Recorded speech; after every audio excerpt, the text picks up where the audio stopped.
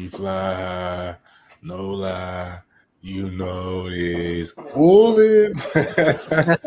And with all that being said, I've decided to continue my athletic and academic career at the Stanford University.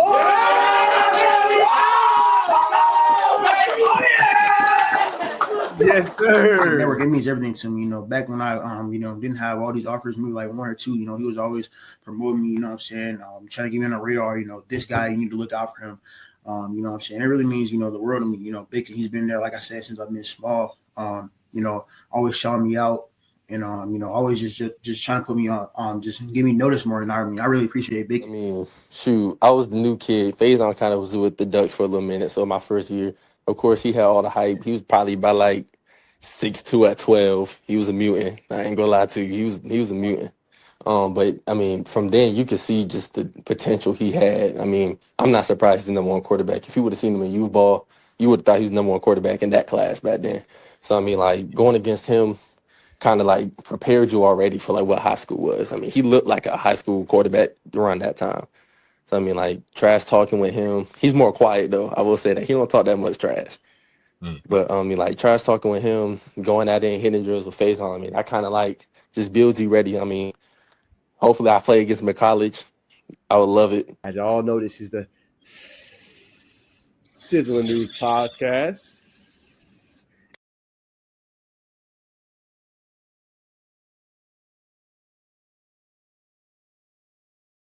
All right. What's going on, everybody, man? We got a jam-packed show for y'all today, man. We're going to have on all gas training in the building, man. Tell a story. Put us on game about all the great Alabama players, a lot of ones he trained that we see now in the NFL and the league and all the great stuff that he did. So we got to highlight him today, man. Look, we don't just focus on Georgia. We focus on the Southeast. All right, so we got Bama in the building, and then we're going to have Desh2t, Tennessee. He does a great job with his platform, his brand. We're going to bring him on later in the show to talk to him. But we ain't gonna waste no more time. I don't want to get cussed out by coach. So we're gonna break on our Bacon and Bacon Network. What's going on, brother? And we're gonna bring on Coach Steele. We're not doing that. We're not doing that. I told you I wasn't doing that. I told you I got a year. Nah. No, we will not be cussing out people this year. I'm not taking it. Coach, that's New Year resolution. Hey, nah, off season. Just off season resolution. I'm not getting spoiled with nobody. I love that, Coach. All right, so I don't want you to have to reiterate something you just said. Nah, we can do it. We can go live. It's not a problem. Tell me just like your journey with all gas, man. I thought you gave a really great soliloquy when you was talking about it, your story. Just tell me how all this started for you. Like I said, it all started, we started training athletes. And then when I moved to Nashville, I learned recruiting, and I found out how to help get kids in school and help to get them recruited. So I brought it back to Alabama. And, of course, you always want to work with the high school coaches and things like that. But I learned how to evaluate talent and then also how to develop it while I was up there. So when we started off with the D1 AA, FCS kids per se. And then it just grew, and we kept getting talent in. So, I think our first big one was probably Quinshawn Judkins. Of course, we had really good players before that, and then we kept going. We had a big class for 23 with Vincina and Yanze Pierre. He's at Bama right now. They're among like 23 signees. I think Amari Thomas, he's at Houston. He's a star receiver in that class. Then we come back for 24. Of course, everybody knows Mario Craver right now. He's on everybody's board, but we got guys like him, Malcolm Simmons.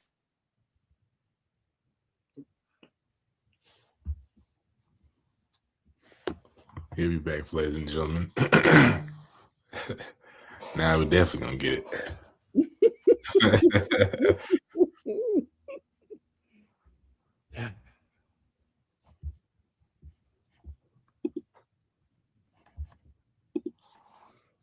Nah, but while he comes back, Coach was put on to us by Down South Steve. Who's got a big footprint down there in Alabama.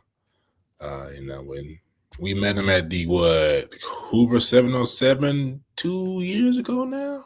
Yeah, officially met him there. I know prior to that we was already talking to him, but yeah, I think officially, yeah, we did meet him at Hoover 707, and that's when he gave us a tour. That's when we met Coach L and UAB in Birmingham, and then obviously he was talking about the trainer. He put yeah, that's when we met Coach Steele for sure. Mm-hmm. I think he's back. Right. Did it freeze? Here we go. I think you good, Coach. I think that was the connection. Hello? Yes, sir. Yes, sir. Can you hear us?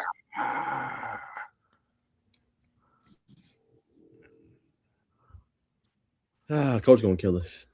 Nah, definitely. Definitely, ladies and gentlemen. So sit tight. You know, you might witness something live, and we need y'all back up. We need y'all, eyewitnesses. Now we just playing.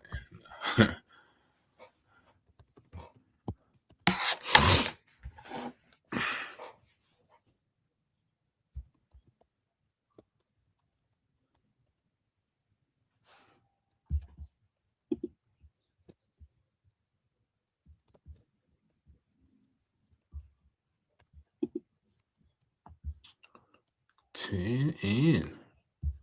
Big Naj pulling in 7. Yes, sir, man. 2 on the YouTube, man. The X used to draw more, man, but I guess not as much. The algorithm, man. Yeah, it'd be like that sometimes. I guess. Be like that.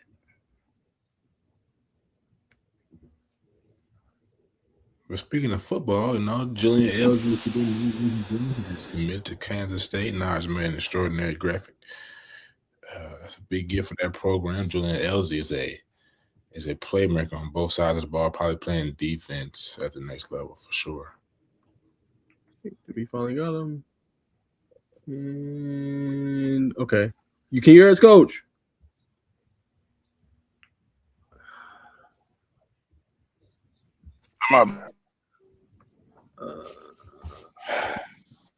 He was just talking good. We did a whole 5-minute conversation. Interesting. Oh, I think I heard something. Did you hear something? Yeah, I think I heard him.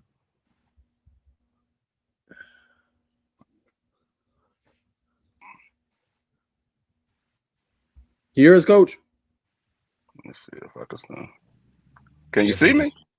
No, we can't see you. We can hear you though.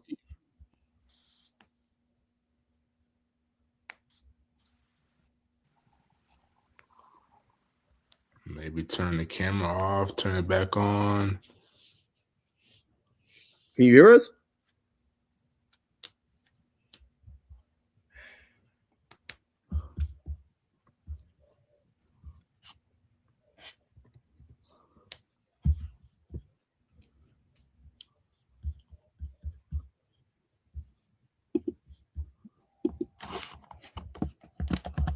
Let me know, Bacon, if he come back. I'm gonna just see if there's anything on the back end that I can do to help. All right. I'm gonna be up with that.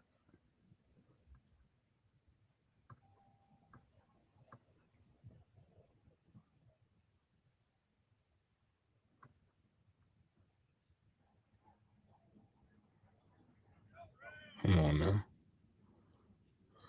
All right, I think we smooth, brother. I think we good. How you can you hear us, Coach? Yeah, I switched phones. All right, third time's a charm. Don't worry about it. We'll get it done. We'll get this done. But no, Coach, I wanted you to continue. You left off on Malcolm Simmons. You was naming players. Yeah, we was at Malcolm. I think DeMarcus Riddick, KJ Jackson. He's 24. He's gonna be starting quarterback for Arkansas this year. And then of course 25. We got hands on guys like Eric Winters, among others. So we had a big 25 class as well. 26. We got some guys about to pop. EJ Crowell and Dylan Purter and Marquez James are at Florida right now, among a few others. So, and you all just saw the team. Our 27s are pretty good. We got a 28 that just got every offer in the country at TB. So we're not hurting. We're not hurting. We're just looking to keep building the 28 and 29 class out. And then we've got to get all our 27 guys in school. So that's what we're doing.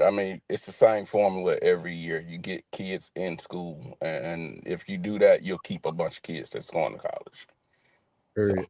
how do you identify talent, coach? Like, how do you like? Hmm. I want to train this guy. I want to take a chance on this guy. I want to develop him. How do you identify that? What's your process? So some people bring me kids and I evaluate them. They know what I'm looking for. Because, I've been doing it a while. And then other kids, we get from tryouts and things like that. And then you have a lot of other kids, they'll come to us and then I just identify them. And I'm a straight shooter. So it's a lot better than me lying to a parent or lying to a kid that you can really play at a certain level. Sometimes I'll tell you, hey, your kid can play at the FCS level. If I say that, that doesn't mean your kid is bad at football. Like some people will take it as oh, you don't think my kid good? Well, I hate to tell you, but the FCS kid is a very, very good football player. But a lot of people take that and take it as a slap in the face. And I'm pretty straight up. But when I'm identifying a kid, of course, the first thing you have to do, you go off size, because if you ever been on D1 campus, the guys, they're big. And then you go off athleticism to see if if they physically can do things, and then you start going off, that what can they do, and you go from there, see if they can really develop into that. But of course, the want to has to be there. You got to get a guy that really wants to do this, because when you talk about sending a guy to college, that kid has to understand, and the parents need to understand, that coach can get fired if they're wrong. So Mm. they can, their livelihood. So they'll have to go home and tell their wives and kids, hey, I'm out of a job. They're out of a job if they miss on too many kids. So they can't take a bunch of risk on kids that don't check certain boxes. So I try to check as many boxes as I can ahead of time, and we've been successful by checking certain boxes. Period. And then, so we talk about how you evaluate talent, how you obviously get them to that next level, coach. So give me kind of put us on game a little bit. We've seen some of your 27s, 28. Give me like who's kind of coming down the pipe. We know 27. Give me some of the young thoroughbreds we need to kind of watch out for in Alabama. 28, 29. So 28's a very young class. I'm still trying to find. I've seen a corner. I want to mention his name. I Okay. don't. He's good though. He's a national type of kid. It's a really, really good talent. He's like 6'1", 6'2", real good player. Um, he's down in Southern Alabama. That's all I'll say. But he's really, really good.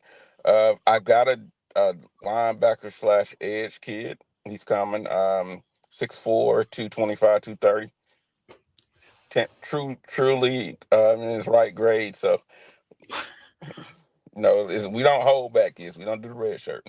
Um, for 28, let me see, who do I really have for 28? Of course, CJ James, Craig James. Everybody's seen him.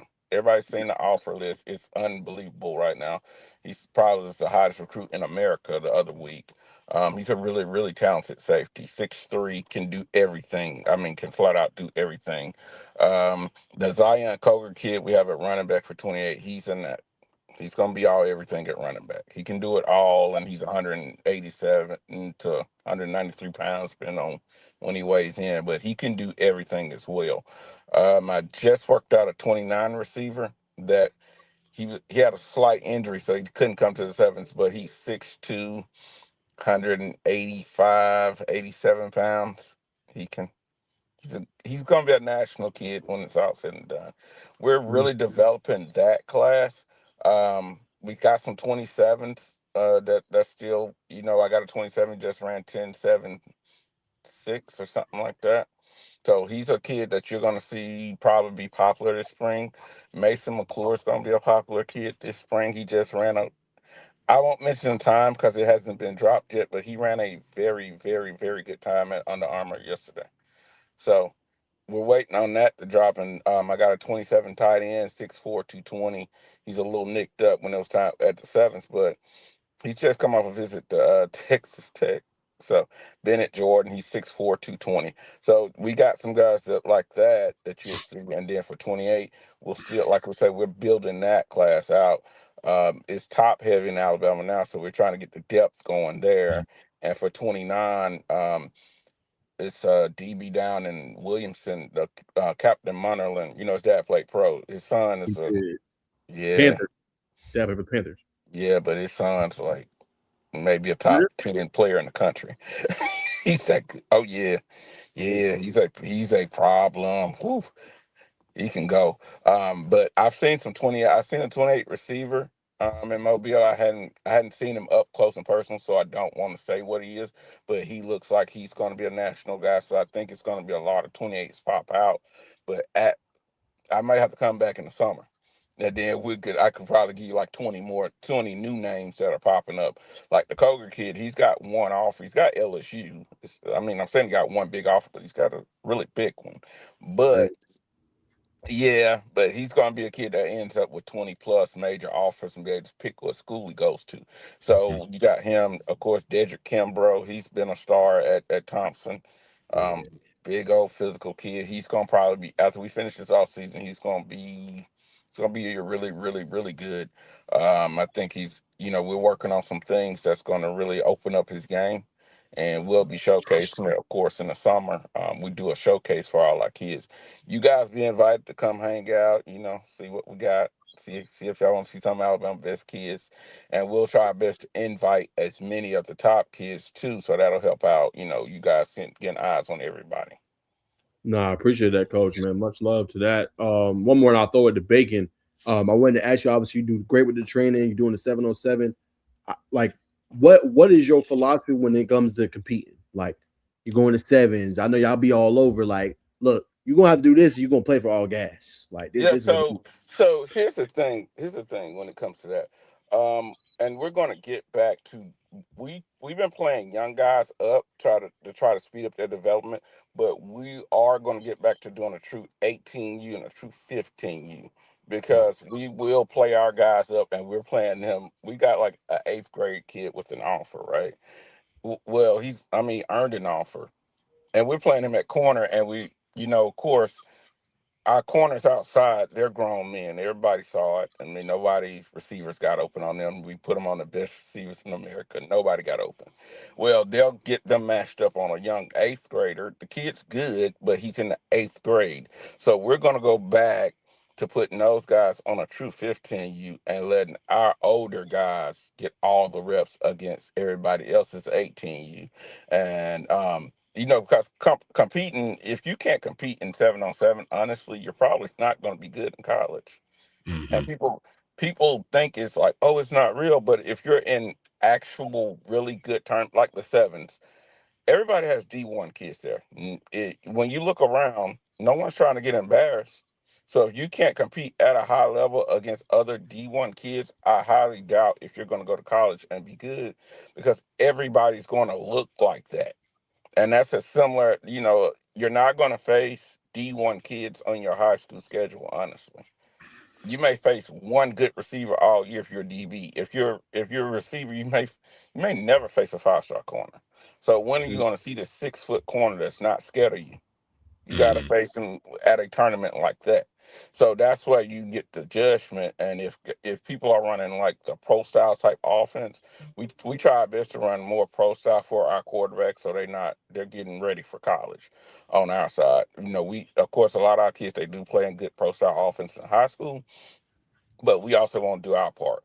So if you're going against, like say for instance a DB, he going against a D1 quarterback throwing to a D1 receiver, and the ball's always coming. It's not going to be like 1-2 targets. No, you may get 10 targets. How are you going to respond to that? And that gets you ready for college, because if you go to college and you go into one of these top schools, like you go to Bama. I saw Bama play LSU when Jamar Chase and Justin Jefferson and everybody was there, and Bama's lining up Henry Ruggs and Judy and Devontae Smith and Waddle. You cannot hide. They can't hide you when they got all this talent. You better be ready to play.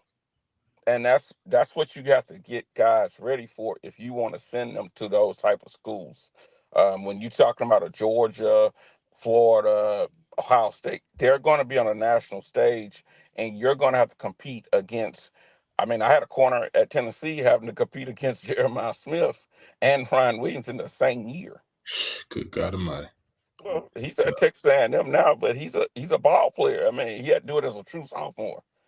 And he calls me, and I'm like, "Well, this what you signed up for? What you want me It to?" is. And he's a wonderful player. I mean, his name's Ricky Gibson. He's a 4-star kid coming to high It's school. good. Yep. Yeah. He's one of my proud. I'm proud of Ricky. He knows that. We're proud of Rick. He's one of those kids you see grow and develop, and he's a freak athlete, like 40-inch vertical. But he's a kid that you get to see develop because he put the time in outside of 7-on-7, and that's what a lot of kids gotta do. Even 7-on-7 is a tool, but you got to work on your craft as well. 7-on-7 is going to take care of what it's going to take care of. High school football is going to take care of what it's going to take care of. But you got to work on your craft. And that's the main thing that a lot of guys aren't doing as much as they used to do.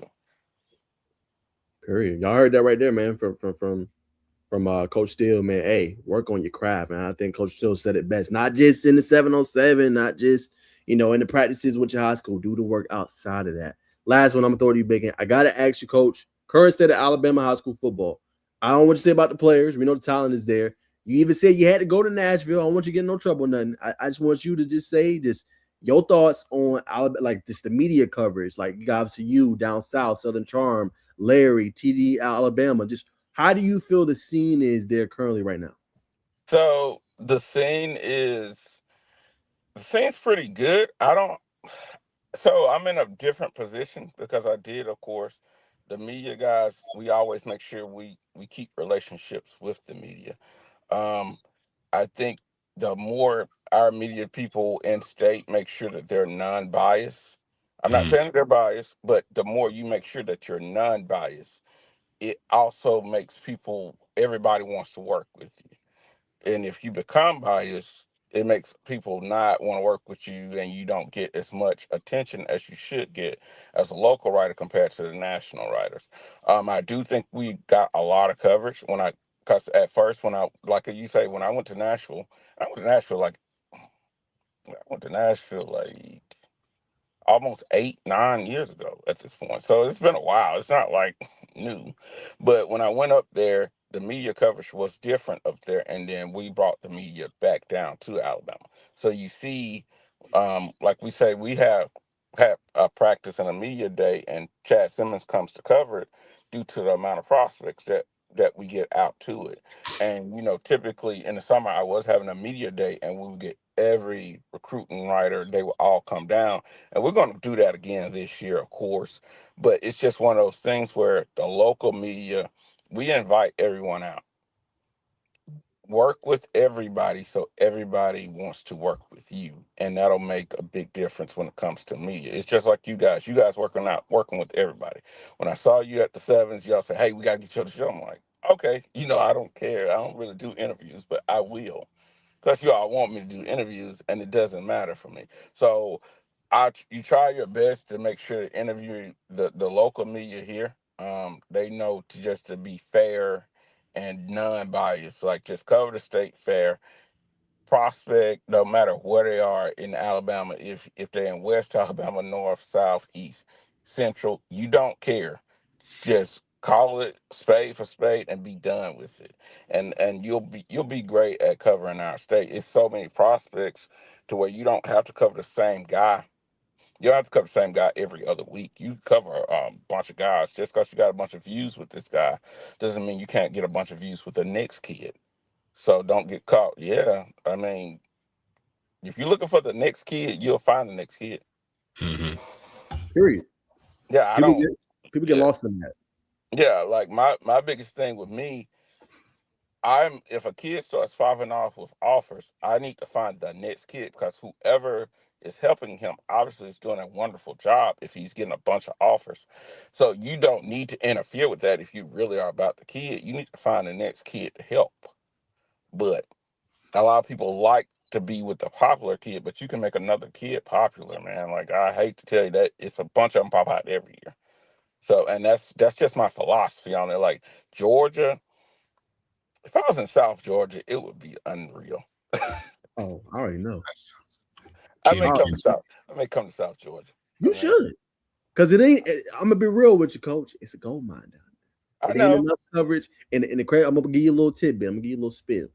A lot of the media here, they'll go, they'll make the They're trip. in Atlanta. They're not, yeah, they're not It's going down there easy. consistent and Well, playing. it's easy. But Georgia, Mississippi, I could.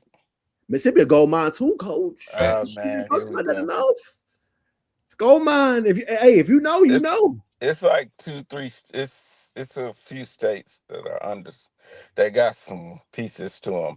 I'm gonna branch out more this year coming up. I'm doing some things, so you may see me in South Georgia or Mississippi. Depends. I've been straight Alabama for years, but we got so many kids that we could help, and I just might need to branch out a tad bit more the way we doing things. So you'll see. I mean, especially with the different sponsorships we have coming up, I'll be announcing them. I'll make sure y'all know. But so we'll be branching out. We'll be branching out. So That's what I'm talking about. You Go ahead, heard it coach. here first, folks. You heard it here first. Coach, you don't do a lot of interviews, but you're doing an amazing job, my friend.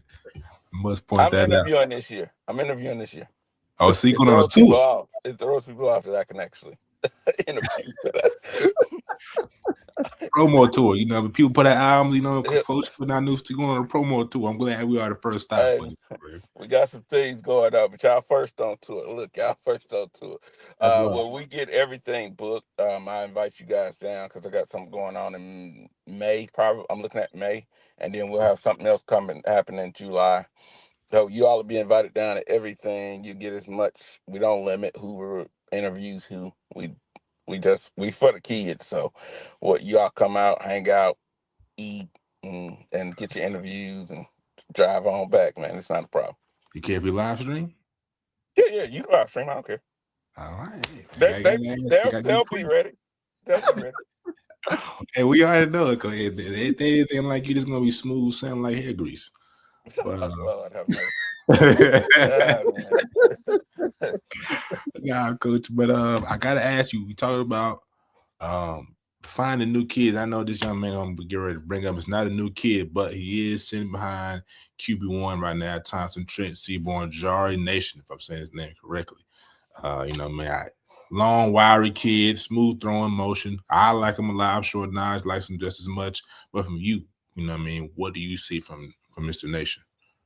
He's got a lot of potential, of course. It's just like you say, with a young guy, you just want to see him continuously develop. But he's got all the talent, of course, to take over and be a guy for the 2030 class at quarterback. So that's what you're looking for. When those kids, if they're in the 8th, 9th grade, you're not looking for a finished product. You're just trying to see if they got a ceiling. So he's got high growth potential. Of course, he's got size, he's got arm talent, and you just want to see his body keep developing. Of course, which is typical of an 8th, 9th grader, because you don't want them too big already, and then they get to college and they're just too big to move. But that's the big thing. You're just going to watch him keep growing and develop over the years.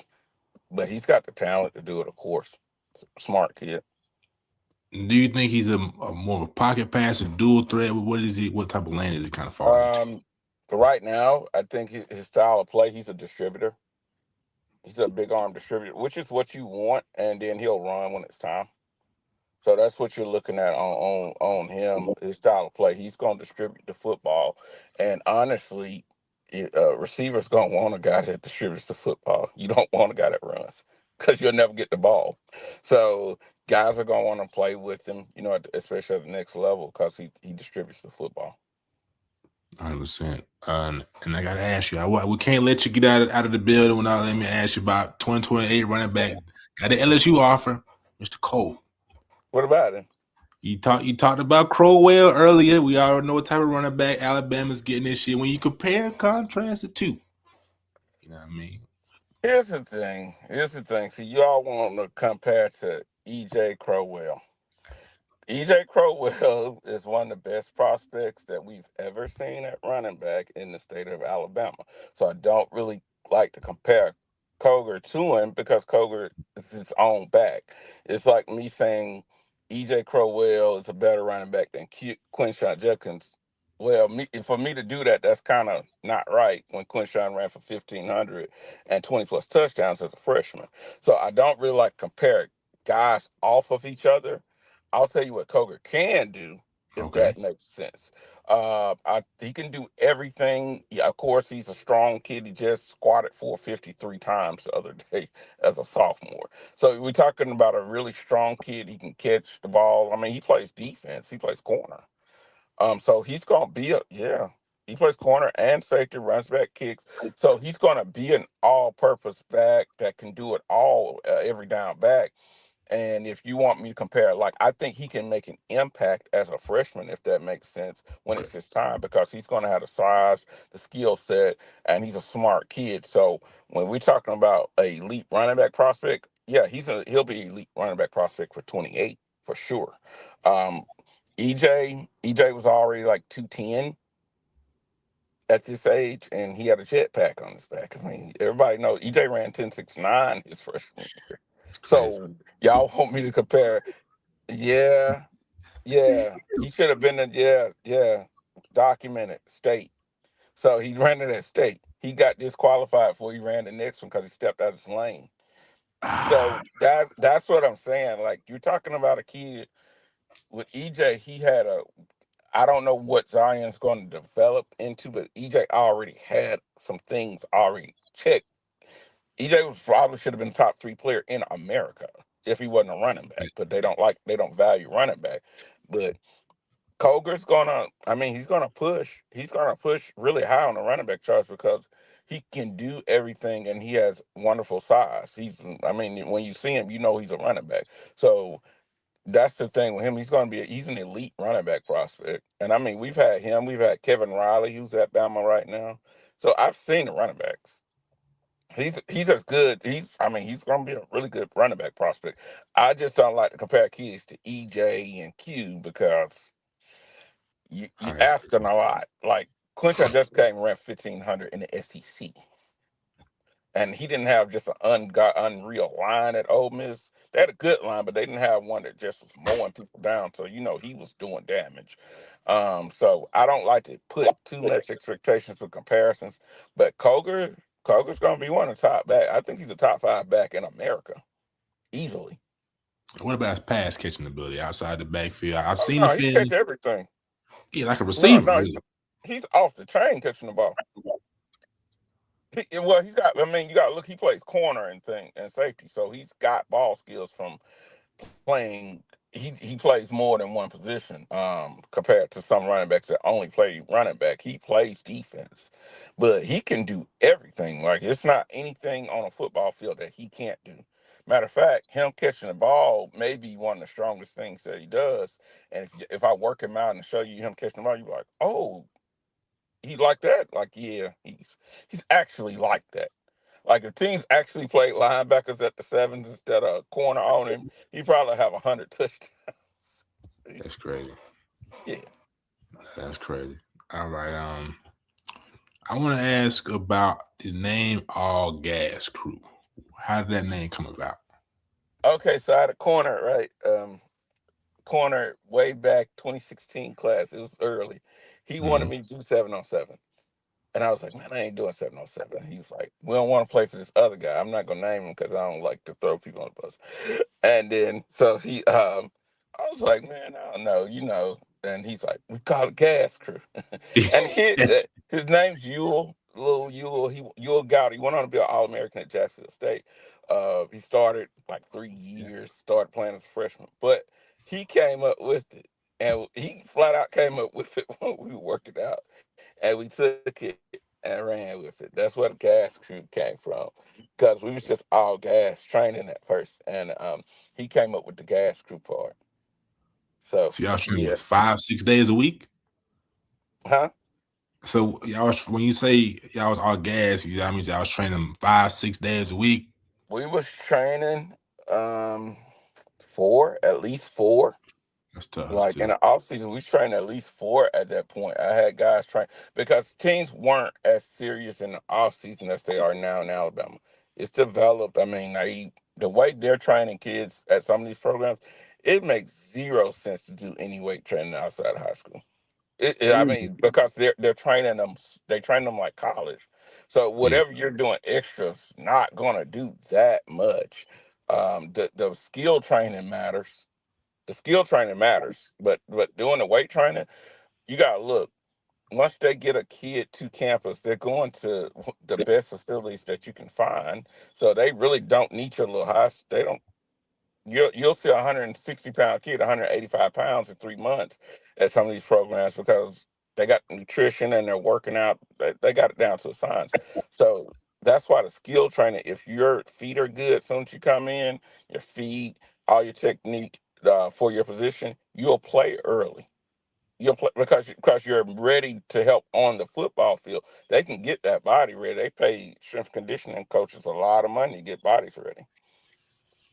Nah, that's a fact. So, Coach, we're in Alabama at least. Recently we've been. I think these past 2 years we've been twice a year. 77, and we came to one game. We see what Alabama has to offer now. We come back to Georgia. We try to tell our other reporter friends, like, nah, man, Alabama ain't nah. They always got jokes. They're crazy. You know what I mean? So as you have evaluated the state, you know what I mean, you see Alabama football. Where do you feel like Alabama football ranks among the Power Five? You know, Texas, California, Georgia, and That's a Florida. good question. Okay, so I'm going to say this, and everybody know I'm Alabama crazy. So if you want to tell me about, you want me to talk about recruiting states or what? Because high school doesn't count. California has private schools, so you're playing guys that's, I mean, they're from everywhere. Like Chris Henry wasn't from California, so you're playing guys from everywhere. So are we talking about the talent, or you want me to Talent, talk yes. about recruiting? So if you told me to rank the states, I would deal with. I'd say it's Georgia and Florida first. I like Georgia. I think Georgia has more size for us, like the trenches. Okay. That's the problem with Alabama. Alabama doesn't produce O linemen at a high clip, if Why do that you think that matters. is? Uh, I don't know. I don't know. The population's not really big here compared to other states either. Like Houston has 3 times as many people as the whole state of Alabama. Yeah. Think about that. They have a city in Texas with more talent. With more people than us. So, I would go Georgia due to the size of the O lineman that you can get. You can get every position in Georgia. I would go Georgia, Florida, Texas, because I like the D lineman in Georgia a lot more. I like the D line, some of the D linemen from Florida more. Texas, I like their quarterbacks. I like their skill players. Um, of course, Bama, we push with Louisiana. Of course, Louisiana has the receivers. I don't think it's a better state in America that produces receivers. I don't care what nobody says. I don't care. It's wild.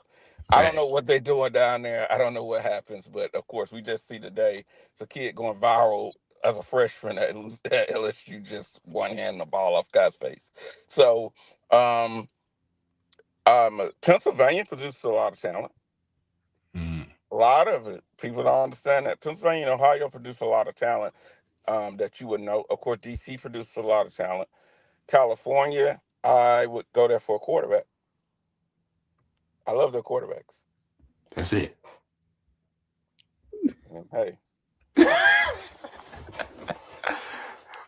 I That's love their it, Coach. quarterbacks. I don't have anything to say about the other because they have a high population, and for the Yeah. population that they have, they don't produce like some of these other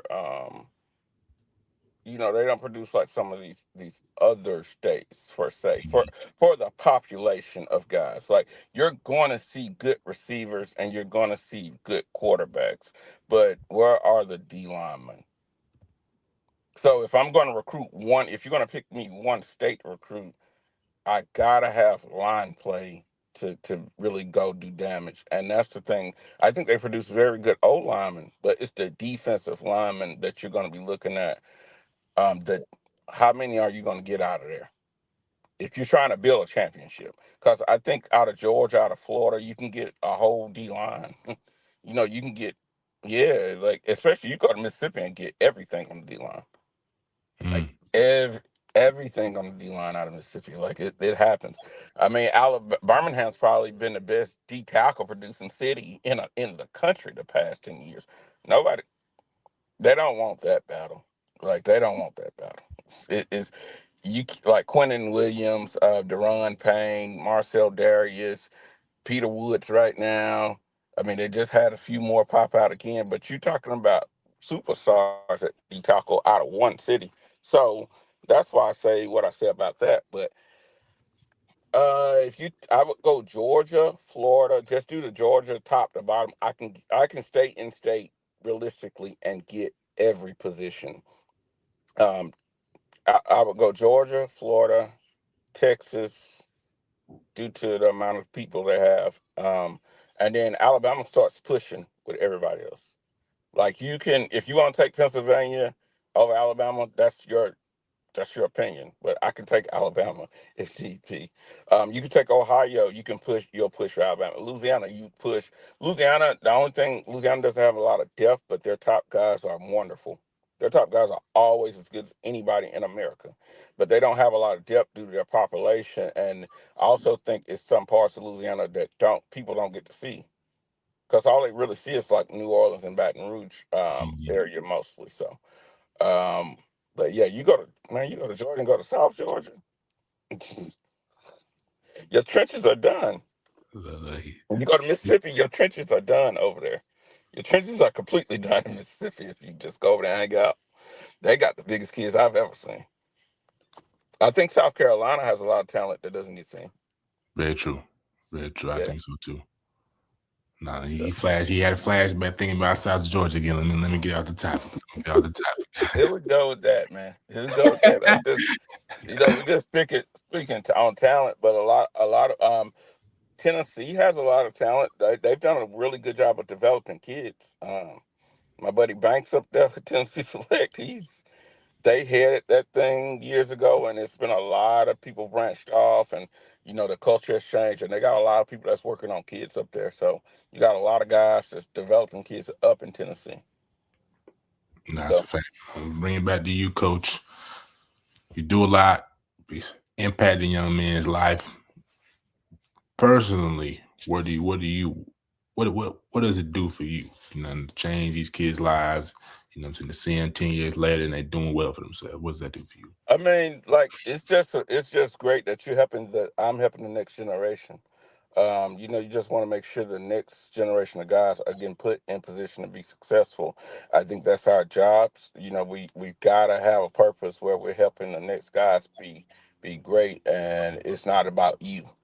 It can't just be about you self-serving. You got to be able to serve the next generation to an extent, and that's what I think I'm doing. That's a gift that I've been given. So that's what it does for me. I get fulfillment when I see the guys have success at the next level, and then they go graduate, and some of them hadn't. Their whole family, nobody has graduated ever from college. So you see, that's like what we're out here for. You're here to put kids in college so they can better their lives and have a shot after college to make their lives a lot easier than say a guy that doesn't have a degree and they don't know where they need to go with it, and you're stuck doing something that they don't want to do at all. The networking that comes from going to college, some of these colleges. I got kids that go to Wake Forest, so I know a lot of people don't want to hear about it, but they go to Wake Forest, you probably and graduate, you probably six-figure guy when you graduate, which changes your life. You're in a whole different tax bracket. So that's what we get out of it. You want to make sure the next guys are really having success at the next level and in life when they go on. So that's what I'm getting out of it. Listen, last question for me, coach, and I'll throw it back to Najee. So quick, coach, just talk a little bit more about yourself. Play high school football, play college football. I'm sure you know what I mean. When you look back at your playing career, how different was it? Or if you had today's opportunities, how different do you think your career would have been? Like NIL, whole nine. So, right, like the biggest thing that they're getting such advanced training right now to where it's very hard if you have any type of talent to not be successful. it's a lot less kids going bounce through the cracks. And I think that's the biggest change from my generation to this one. A lot less kids, it's a lot more kids that are really getting opportunities because, back in our day, if you weren't good and you didn't make yourself good, it wasn't a lot of trainers around. So Right. it's going to be what it's going to be.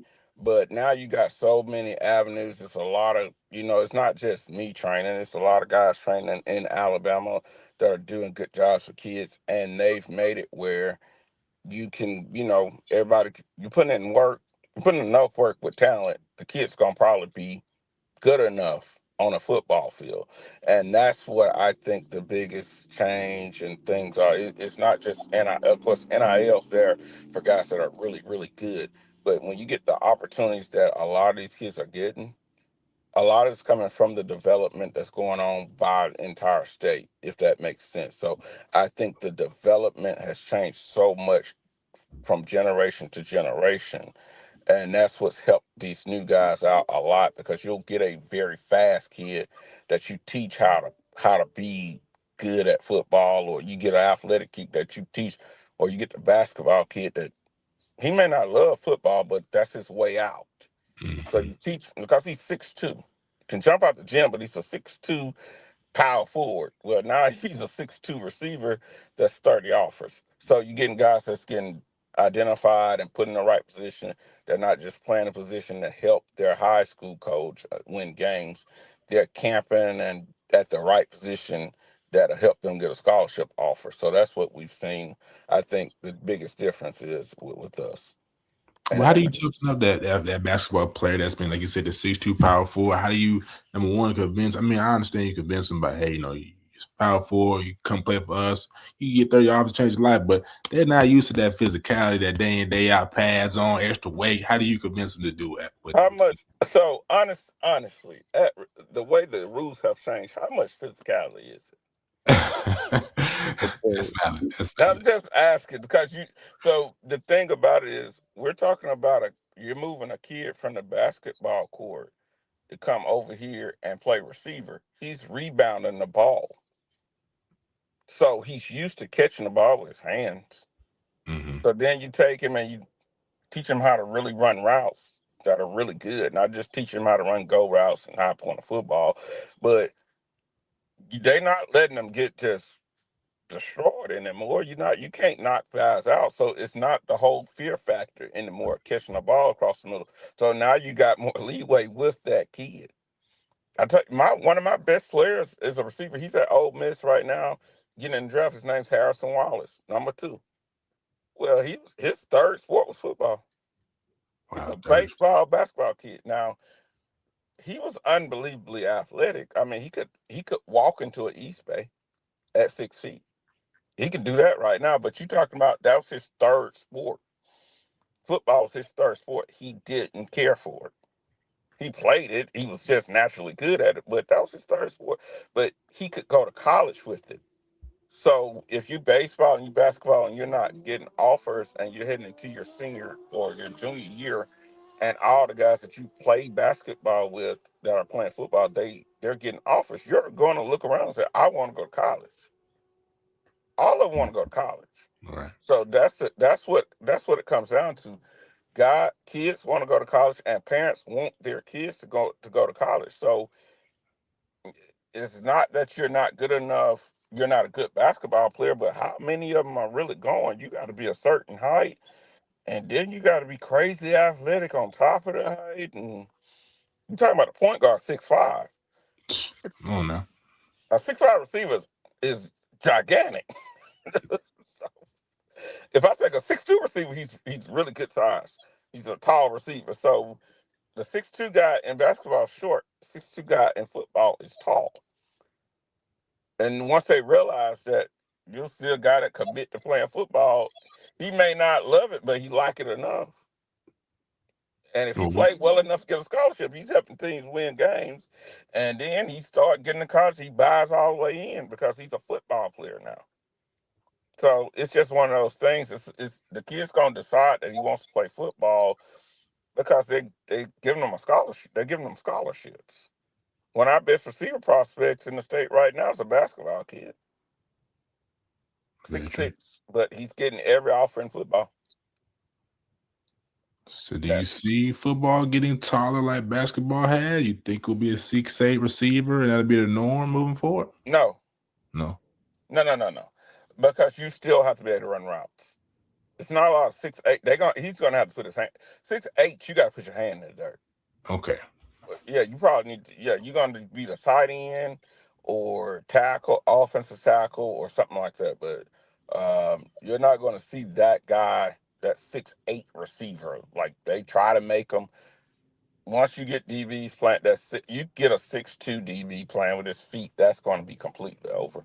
He'll never be able to get to the fade ball. So what's he gonna do? Run all the routes underneath? So his Right. advantage is gone, and now you've made a guy into a route runner.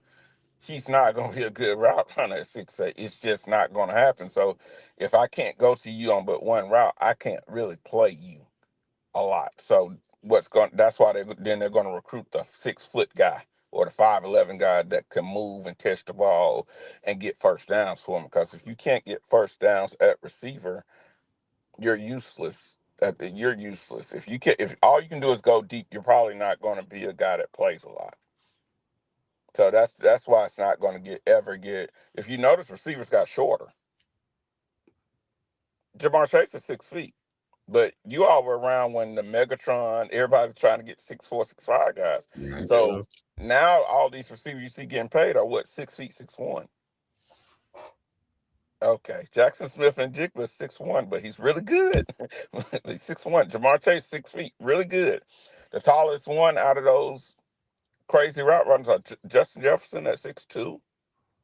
Think he was 6'2" at the combine, but they're absolutely wonderful. So they went away from the tall guy because the corners got bigger. Because you got a 6'2" corner, not a fade balls. Oh, you're not throwing fade on Surtain. You're not doing that. You know I said crazy. So, That's a fact. No, facts. I want to ask you, Coach, just what's kind of coming down the pipe for? I know you mentioned the media days and some of these showcases, but we in March, finna be April, May. What's kind of coming down the pipe for you? think we got one more tournament, but we're getting ready for spring ball, so all the college coaches are going to be coming through, seeing our guys. Hopefully, we get some scholarship offers. Hope we get a lot of them, and then of course, in June, um, of course, you got college camps, so we got to get ready for that. So we're going to start camp prep next month, and then we're going to be camping in June, and then July we start our season prep. So we got to start getting ready to play real football in the fall. We got to dominate on a football field, because if your film don't match your drills, I mean, they're gonna look at you crazy. So we kind of have things that we're doing on our end. Of course, we're doing things off the field to try to help them and help make things easier for us.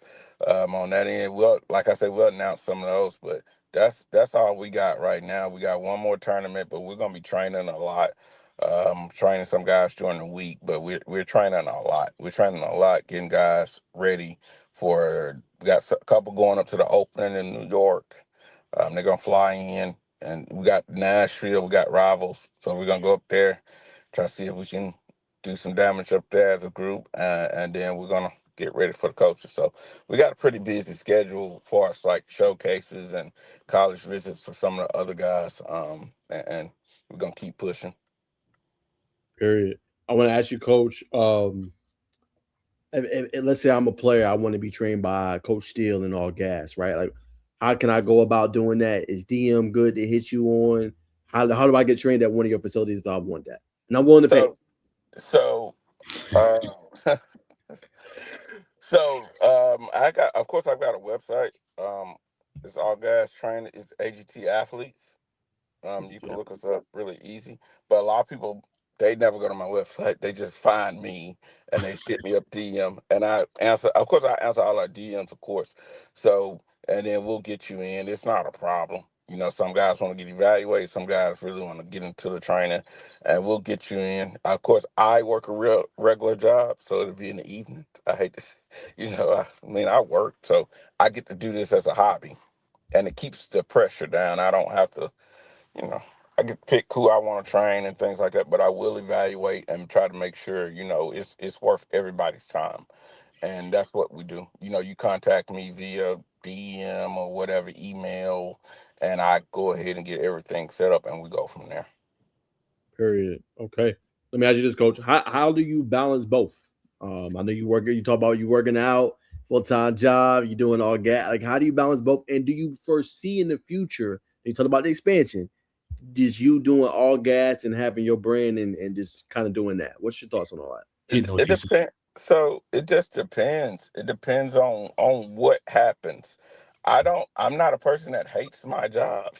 So That's good. I don't have a problem with doing my job. It doesn't bother me.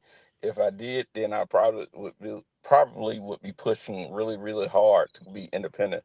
But if it becomes too big for me to have to, you know, going into work and things like that, then of course I'll focus all my attention over here. But I'm still, you know, it doesn't bother me. It doesn't bother me at all to run this on this side because it happens when I'm in the evening. So I pretty much have a set schedule, and I know I got somewhat freedom at work. I mean, I have to work, but I have some freedom to actually be able to still be able to help kids throughout the day when I have my, I can schedule things. If that makes sense, I can schedule certain things to help guys out during the day and get on the phones and make phone calls, and then in the evening I can execute my plan. So it's not a problem balancing because I get off at 5 every day. I got a set schedule. I know what time I'm getting off.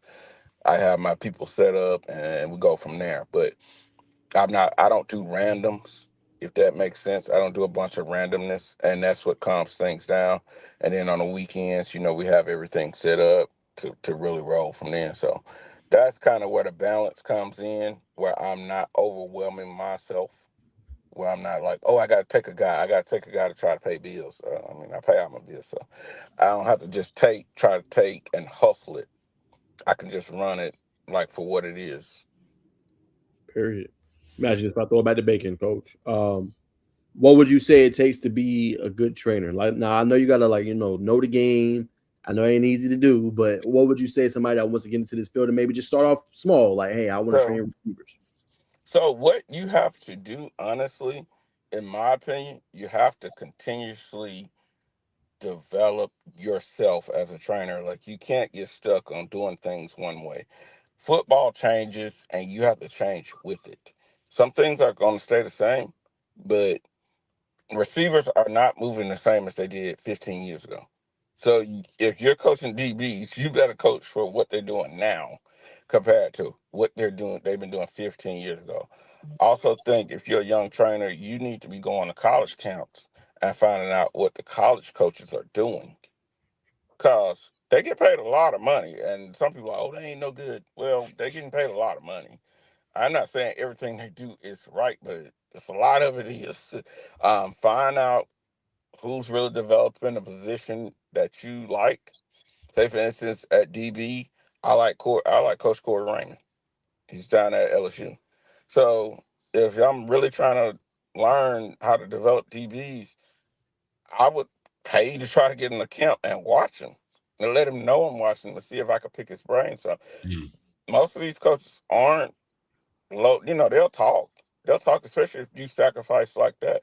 And once you figure out, YouTube's your best friend, go study some of the college tapes.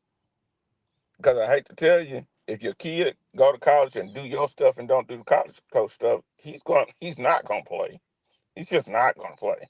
So I would that's what I would do, but stay very humble about how your approach is.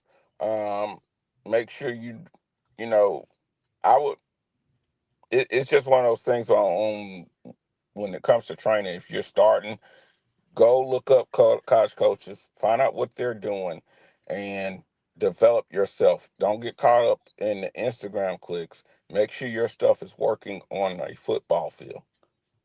Because if it's not working on a football field, you may be hot one year, and people will stop dealing with you the next year because it's not working. They're gonna go to whatever somebody's, if stuff is working, they're gonna keep coming back. So that's where you got to get to as a beginning trainer. You can network. But I do like for you to, build yourself. Don't be a tag along, because some people will use you just to help them work out kids, and you'll never build your personal brand. If you want to just be a sidekick, be that. But if you want to build your personal brand, you're going to have to build it. You're going to build it and get your own kids. Don't try to, yeah, and try to go get kids that aren't working with guys. So you're not doing all this. They won't think you're a leech. You're trying to leech on a kid that's got a bunch of offers. Just develop your own kids, and if you develop your own guys, nobody can say you leached off their work, because if a guy's got offers, he's been working with a guy for years. You still, oh, I can train him and do this. Does your stuff really work? Because he's already good when he got to you. Mm. He was good when if he comes in. If a kid's got 15 offers, what you teaching him probably not going to make that much of a difference. He's already good. College coach is not just offering a kid a lot of offers if he isn't good. So if you got a kid that's no name and you help develop that kid, you can show yourself that, hey, something I'm doing working. And then you build upon that, and you keep evolving, like you keep evolving year after year, and then you'll keep getting better. So it's just one of those things, like, the DB press, say for instance, pressing a receiver has completely changed year after year. It changed when they took, and then of course when they say, hey, you can't touch the receivers as much, you got to change. But if you got a guy play DB back early 2000, whatever he knew at press is completely out the door from what they're doing right now. So if he's still trying to teach that, that's not going to work. But if you go into those coaching workshops and get coaching camps, things like that, and you can pay and get in, go learn. Go learn. Just make sure you're learning. You're constantly learning when it comes to training guys. Great advice. Go ahead, Big. Yeah, hot two questions for you, Coach. I got to come with the steamrollers. All Gas Crew to me and everybody in this chat is big time. Can we see Gas Crew at OT7? Mm. I don't know. I don't know. I mean, OT7 do their own thing, right? Like they don't. They That's just pick and choose who they want. That's true. That's true. I had to So ask. that you'll see us. I put it like this: you'll see us at the sevens every year. We'll come to the sevens every year. Z knows I'm coming every year to the sevens. But I honestly would love for OT7 to get back to how they were when they first started, when they were inviting straight teams, and the best of the best teams that were already together was there. So that's the thing. I don't know the way the sevens is run. I like how the sevens is run. So they took out the running. I know no running the ball, which is I think it's absolutely insane in 707. Right. You don't need to run a running back. If you hit a pass the ball, it's a passing league. So I love how the sevens is run. If he wasn't doing this tournament right before spring football in Alabama, we would have played in this one, in the second one. But it's the day before spring ball starts. Like I'm not taking that heat. I'm not taking I I'm not. understand that. I'm just not doing that. But that's the thing, I think he's got a wonderful model how he's running a tournament, and I think a lot more tournaments need to adopt what they've got going on. It's no controversy. They got it set up where it's not a lot of extra going on. I'm big on football, so that's kind of what I would know. But yeah, OT7 has their picks, so I can't guarantee anything on any level of that. They got a structure. They got what they want, how they do things. I'm not saying it's right or wrong. I just know they got how they do things. That's how they run a business. And yeah, I can't give you an answer on that. Oh well, all is well, Coach. I had to ask, man. Yeah, I Superb. know. Last thing, Coach. What's your thoughts on the Justice and News experience? First time being on the pod. What's your thoughts? We're fine. I don't have a problem. I mean, it's been fun. You all got me. Y'all got me good. Yeah. Yeah, you got me good. Yeah. I forgot. You got me good. So, yeah. that inside journalism. that prop interview, that was crazy. Y'all really got me. They faked the interview.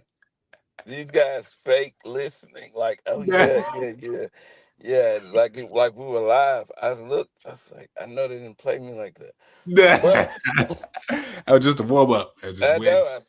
I see. You got me good. Like you got me good. But nah, it was fine. I had no problem. You guys asked actual real questions compared to a lot of fluff. So, nah, I don't have a problem ever coming back on this spot with you two. All right, there it is. Throw it back Appreciate to you, Coach. Yeah, man, we're gonna let him get out of here. It's starting to kind of get dark out there, Coach. We know you need to Yeah, hit that I'm work. about to see if I can get something in. I gotta get back. I gotta go work before it. So I gotta Yes, get sir. back. But I'm about to work out. But Yes, appreciate sir. y'all, man. Yes, sir. Appreciate you, Coach. Talk to you Yes, soon. sir. Mhm. Yes, sir. Coach Steele, man, in the building. Appreciate him coming on, man. Know it's getting dark out there. 7:23. Coach will try his workout before work tomorrow. They are on Central Time though, so it's like 7:23 instead of 8:23. But shout out to Coach, man. Appreciate him coming on. We should have Desh2t probably coming on here at 8:45. So here in a little bit, so we'll run through some of our topics, man. But shout out to Coach, man. Does a great job. All Gas crew. Shout out to Down South, man. He's the one that initially introduced us to him. Mm-hmm. We knew him a little bit, but not too much. But appreciate him coming on the pod, man, and just chopping it up, man. And us being the first on the tour, Bacon. First on the tour. So appreciate Coach doing that. Facts. That's big. All right, brother. We got some comments here. I'm going to roll through them while you pull up the topic list, man. Coach Ransom here, man. Appreciate you tuning in as always. Coach, Creekside needed game number 2, New Jersey, backed Tennessee or Bama. We should have flashed it that day. That'd be a crazy game to see them play. Thompson, Clay Chalkville, Parker, Benjamin Russell ain't too far away. You know what I mean? It's a lot of good teams in Alabama that I would definitely love to see them come up, or vice versa, get that Creekside smoke. Dre, hold on. Also, Coach, if you're watching real quick, you can hit up Thompson. They'll always give you a good game. Hoover, Baylor, Tennessee, Oakland, and Tennessee and McAllen are all good teams. Go ahead. I thought you Bacon. Nah, 100%. What's another? Oakland. Yeah, Oakland. Yeah, you pretty much named them all. What's the other one though? Where Dilfer Dimes or Coach Trent Dilfer coached that? The Mustangs, purple and black. Can't think of that one. Yeah, but that's a lot of good teams up there in Tennessee. Dre says a lot of Samoans in California for sure. Got a question for y'all. If y'all got the scoop, what you got? What you got, brother? We'll try to, you know what I mean? Try to keep it PG.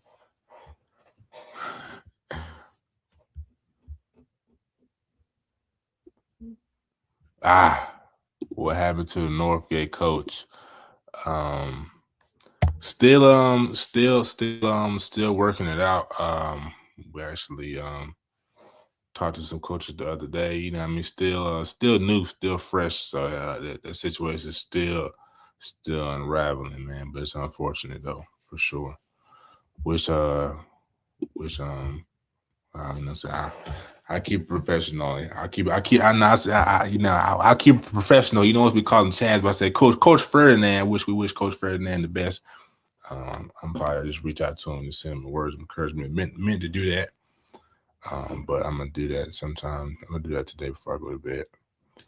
Yeah, I think in terms of school, we won't have too much. I would say just some stuff didn't work out. We can't really say specifically what that was, but just, you know what I'm saying, you know, you had conversations, it's not what you think, you know, stuff like that. We don't have the true scoop, but we just heard some things didn't work out to what it was supposed to be. You know what I'm saying, essentially. Still waiting to hear. We're trying to give Coach Ferdinand his space too. You know what I'm saying? We definitely could interview him, but, you know, probably a moment he just, you know, want to figure out his next move. We ain't trying to do too much. He is family. So we try to get him a spell. And then when he's ready or if he wants to, we'll definitely try to get that answer. 100%. 100%, man. Big guest in the background, man. The one and only, man. Desh2t, other known by some as Les Ball. So we're bringing on the man of the hour. What's going on, player? Hey, man, same old, man. Here in Tennessee, man. Chilling, man. Nah, that's what's up, man. You know what I mean? So, like I said, I've been following Desh, man, probably about 4 or 5 years now. Does great content. There's some exclusive things with Isaiah Horton. That's just to name one. There's great work with Elite 3, the 7v7 out of Tennessee, man. But for you, man, if you were to just to let the people know just a little bit about what you are before we kind of peel the layers, man, the floor is yours, my friend. Okay. So yeah, man, my name is Dash. I'm from Tennessee. I have a sports platform called Let's Ball. I've been doing it for about 6 years now. It started by accident. I ain't gonna lie. On the faith of my son. From there, it just kind of grew and grew and grew. It was a market for it, and then from there, man, it just been growing here in my city. We lack a lot of exposure here, so in terms of content, so I seen the market through my own son, and then I just kind of pounced on it, and here it is today, where it's constantly growing. 100%. Only been doing it for 6 years, you know what I mean? At 20, I think roughly 20,000 followers, you know what I mean? I've gone viral multiple times, man. I'm sure you get a lot of love. You got the brand on it, the butterfly, you know what I mean? Yeah. You know what I mean? So, like, just put into words, man, what does it mean to you just impact your city, man, do a lot and give back and give kids a platform, like you said, that may not have gotten one if you weren't doing what you were doing? What again? I'm sorry. What you say? I said, what does it mean to you to provide a platform, a big platform to kids in your city and state to be able to be seen, showcase your talents that may not have that platform if you weren't doing what you're doing? Man, it means a lot, man. If we wasn't doing this, man, there would be a lot of kids that go unseen. We lack a lot of exposure, and some of it being controlled. I mean, it also has a lot to do with propaganda. A lot of times when we creating this content, doing this, it allows us to showcase the kids that need to be shown. Some of them, they really be legit, but they don't have the exposure, or they end up lacking the confidence because they think they not that, because they not getting the exposure. By me coming in, it kind of balance it and allows the kids that deserve it be shown and go up, be able to have the confidence to compete on a higher level just because of being shown. So it's very important. And it means a lot to me too, because it becomes personal, because I actually have a kid now that's going through that same path. And he was just like that too when we was creating, when I was doing it. He would see bigger platforms and he actually become fans of that, instead of not realizing that, hey man, you can do the same thing. You ain't gotta just constantly be stuck on, not to knock nobody else's platform, but you ain't gotta be stuck on overtime and look at all the kids they showing and be fans of them. You can actually do the same thing, and this is how we can do it. And that's what led me to go ahead and pick up a camera and be like, let me show you can do this. And that's what I did. I just did it by accident, because I'm actually engineering at MT at that time. So I just did it and just to showcase it, and then it just kind of blew up.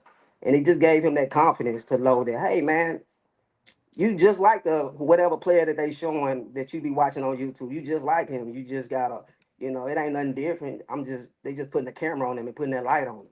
And that's what I did. And that's what's been going on here, is that they started to believe in themselves, to know that, hey, I'm just like the same person that they showing on Overtime or in these big platforms. You just don't have that exposure. Nah, 100%. So just talk about your son, man. You know, he sees guys that are in his city, or a guy that he gets to see on a day-to-day basis. What does that do for him? You know what I mean? Seeing guys that are tangible, he can actually see, shake their hand, and get advice from. What have you seen that this does for his confidence and his development too? It does a lot for him. It keeps him motivated. He know that he ain't got to get caught up into the content. He knows that that is all. Sometimes it can be a propaganda game. It can be a mind game. So it don't, it just instills in him that he that guy, and that that he can go to any level and play. So it's just a motivational piece that keeps him humble and focused on what really matters. At the same time, getting market and branded and whatever. So it does a lot for him. Nah, I'm saying, and he just got, well, not just got, I think it was 2 years ago, last year, you got credentialed as official media for Tennessee, right? Yeah, yeah, yeah. So even that, here is it's different down here, far as being, black or whatever or doing it at that time, I had to break up. I had to cross a lot of lines, man, to prove that hey, this is something new that's going on down here, and show them that it's another way of consuming content outside of just reading Tennessean papers and stuff like that. So it was still kind of new, when I was doing it. So uh, yeah, I just got I done had it for like 3 years now, but it took me a while. It took a lot of time for them to understand what I was doing, even getting thrown out the games and stuff. Getting trolled on, or been getting grilled on the sideline about what it is you doing. And I ain't take offense of it because it was something new at that time. So now, it's content creators all over the field now. But yeah, I got my media credentials, but it was hard, at that time. Nah, trailblazer in your own right, my friend. So talk about, like you said, you had to cross lines, or you get sneaking away in games. You know what I mean? What do you mean? So at that time, I just show up. Sometimes I wouldn't. I just walk through and you know just go on the sideline and just do whatever I want to do without really officially being invited. So it would be things like that I have to do just to get in the game. And even when I was there, it'll be other guys that would, kind of hassle me on that stuff, grill me on that type of stuff. So now it ain't no issue, but that's some of the things I had to go through. And I'm sure some of these guys that's doing it now probably got to go through that same thing. I seen 305, I think in Miami, he ended up having to go through something similar to that. So it's stuff like that that I was having to go through in my own city for a long time. But now, it's different now. But yeah. 100%. So let me ask you this, and give context too. Like I said, where would Isaiah Horton? I think you broke. Is it Beasley? I can't remember his first name. Got you committed to Tennessee. The DB broke his commitment, Yeah. and many others. You know what I mean? Providing kids a platform. With all you went through, do you feel like it was worth it? You know what I mean? To what you built to this point, think it was worth it? Yeah, it's still growing. It's definitely worth it. I mean, it's inspiring and motivating people like other content creators to do this stuff, and it's giving people a vision and hope that hey, that we can do this, and I mean it's yeah it's definitely worth it. It's still worth it. I made too many sacrifices for it not to be worth it now at this point, but yeah, it's definitely worth it because I mean, it's a high for me, man, to see kids come to me and then tell me all I've done for them. So, I'm addicted to it. So, just helping people, that's what I do. I So, yeah, understand. Go ahead. yeah, that's about it. Yeah. 100%. I gotta ask you, man. Straight football. You've seen a lot of great players, but we're gonna start out with a team, high school teams. Now we talked about Oakland. We talked about Brookwood. You know what I mean? What's from your perspective? What's say it again? Baylor. Baylor. Baylor. Yeah. You know what I mean? What's when you look at the Tennessee high schools, man? What's your top schools? I know you got the Firebird series you cover a lot, but what's your top schools that you've covered in Tennessee thus far? Uh, so the top schools I've covered in Tennessee, I mean, of course, Oakland. I've covered Oakland, covered a little bit of Baylor, McCallie, who else? Of course, the Firebirds, Ainsworth. Mm. Good. Um, who else? Of course, Nashville Christian. From last year with the number one quarterback in the country. Um, do you want me to rank them or what you? Yeah, just give like top five. Like if Oh, the I top could, five. yeah, top five. Oh man, you gonna get me in trouble for this, man. Um, top five. I have to go. I gotta give it to Oakland. Okay. Give it to Oakland. Um, Baylor, Brentwood Academy, Mm. and then left McAllen. Okay. McCollum. Yeah, yeah. It's kind of the top five right now. Okay. It's off my head though. You gonna get me in trouble for this one though. But yeah. Now I'm surprised you didn't say what's the school, the purple and black, the one that Trent Difford coach had a couple years ago. Oh, Lipscomb. Oh Yeah. yeah. So they right now they gonna be good. They rebuilding now. You know, Trent just came back, so I think the culture is for the shift real quick. Ain't putting them in the top five yet right now. I mean, far as heading into this season, but they gonna do some damage coming soon.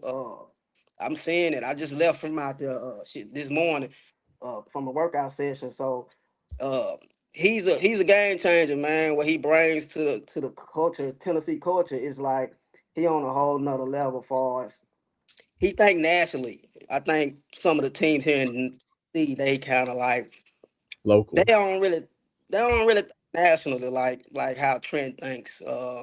You know, you can have a team that win. I think I left our core that won it like 20 years in a row, but they wouldn't put it on the road to get go against somebody like a Buford or something, Mm. or try to take it to another level. Like Trent now, it seemed like he more geared towards putting it on the road, which helps the Tennessee culture so that we can see what we really at and make adjustments.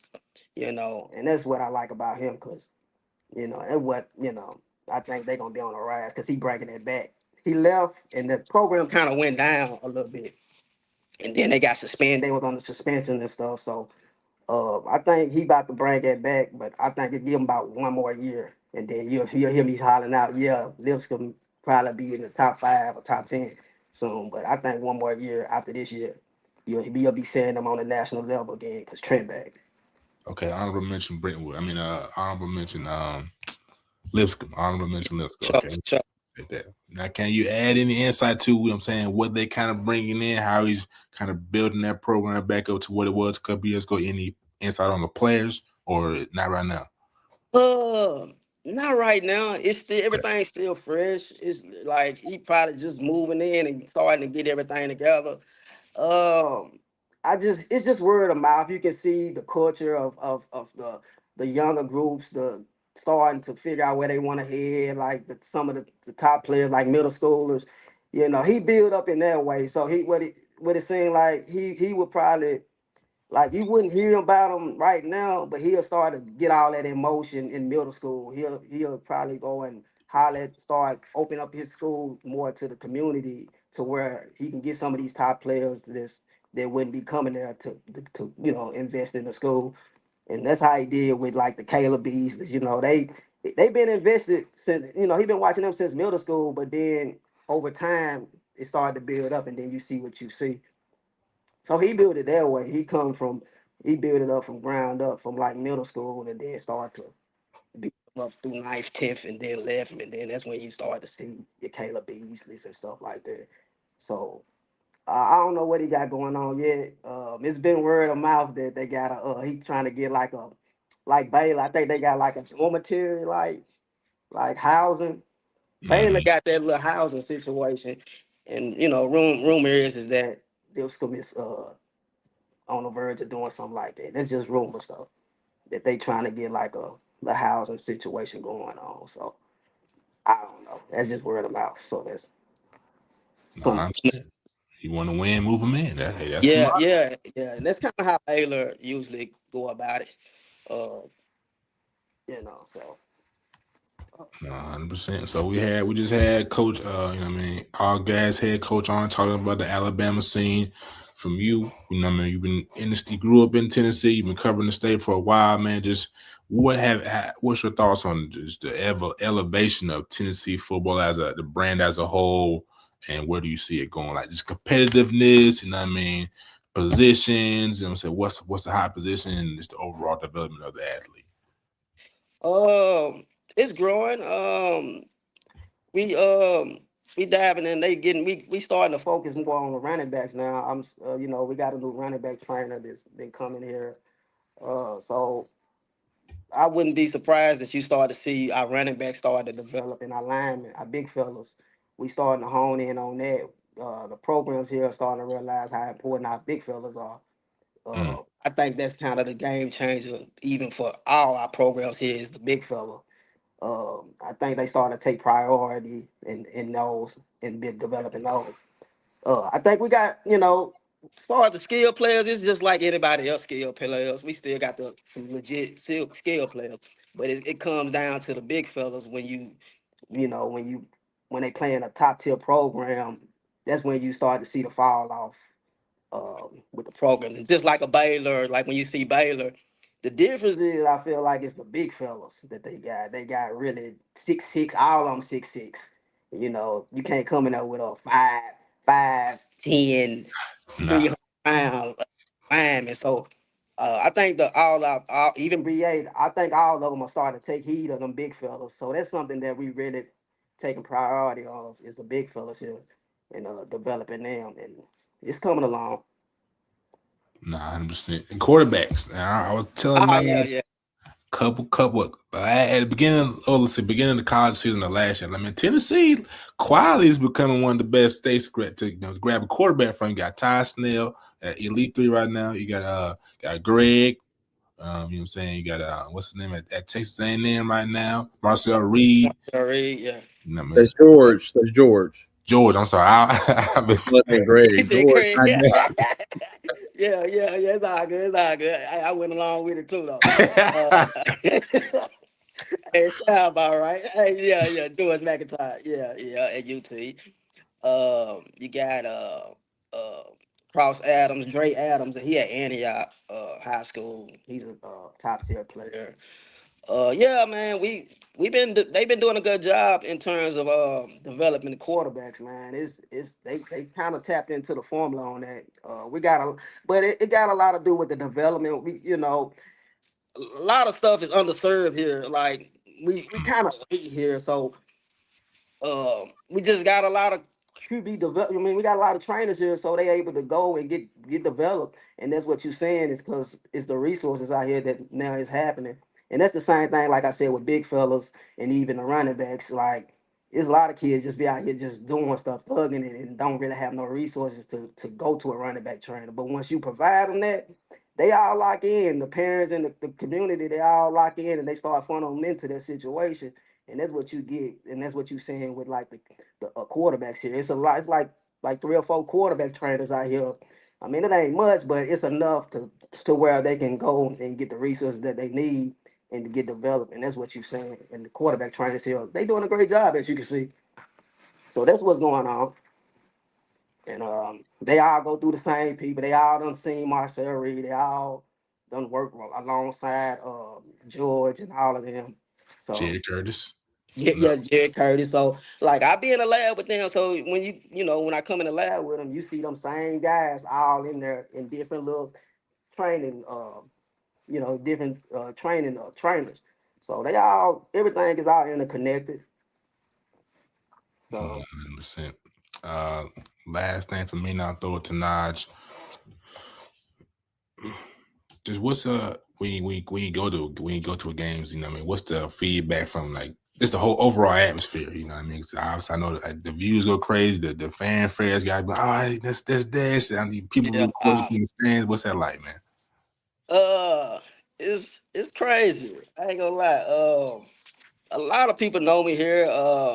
But I'm kind of laid back, man. It go crazy. I ain't gonna lie. A lot of people they recognize me who I am. I ain't no celebrity. I ain't no celebrity or nothing, but they know. And they holler at me. It be kind of sometimes hard to record because kids be coming up to me, ask me, can I record them or can I take stuff like that. It be nonstop. And even with some of the coaches and even trainers, they come up to me and holler at me about it. So it's crazy, but I like it in a sense. It's humbling. So yeah, it's cool, man. Nah, no doubt. One of the hardest working men in sports right here. No cap. All right, man. My question to you, I'm gonna start. I'm gonna put you in the hot seat, man. Put you in the All right, final man. Come on, position. let's go. Yes, sir. Is David Gabriel Georges worth the hype? Yeah, That yeah. He that. I was in the championship game. He legit, man. He that what he that. He got the body type, the footwork, the vision. Of course, he got elite lineman now. He got elite line, but that ain't the case, man. Cause I actually, man, I wanted to see what he like at myself. When I saw him, I had to record him from the back, just so I from the back of the offense, just to see what I wanted to see. And he really liked it for real. He really liked that, man. He very humble too, so he really liked that, man. And you got to see his whoever training him, whoever developing his body. It's something to see, man. It's something. I think I end up going viral just showing his body type. Like he that, man. He's not a sleeper, man. I think a lot of people should go check him out. He really that. No cap. All right. There's that hot question. So let me ask you this, man. You obviously work all over Tennessee, north, south, east, west. How do you find guys, right? Like I know it's probably different now. Guys probably DM you now with how big of a platform you got, but how do you find kind of the next diamond in the rough, the next gym, the next guy that's on the come up? So I start with like I said, pretty much how Trent been doing it. I've been messing with these kids. I started when they young, man. Like on Saturdays, I do work on Saturdays, so that's kind of my hidden gem that I be trying to tell some of these content creators that, man, go out to the youth, man. Like some of these kids, by the time, like far as our media, far as the Tennesseans and the people here, by the time they get up on them, I already kind of know them. I already got the relationships with the parents. I kind of seen him before he was that, and you can tell too. Like, and that's why I like to record them when they young, because I can see them for what they are. Like, I can look at them and be like, then I can look at his parents and be like, okay, he might be that one. So I track them and I keep contact with them, and then I do what I do as far as making sure people see them and embrace them and put them on my platform. So maybe a Baylor or maybe some of these trainers can go ahead and get them early so they can go ahead and get them developed and stay on that right path. So I get them through the youth. Before you even see George, I probably already watched him on when he.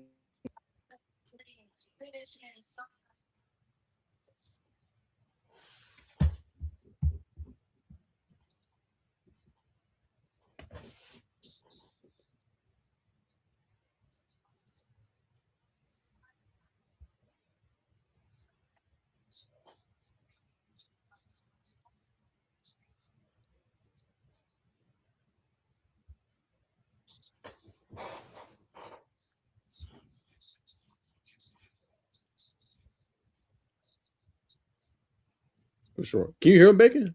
Nah, the audio went out, my friend. After you said George, like 5, 6, 7, 8, yeah, we can't hear you. Maybe try to leave and come back. Try leaving and come back. I know. Try to let me put in the thing. Good call. Try to leave and then come back. Yeah, because his audio went out.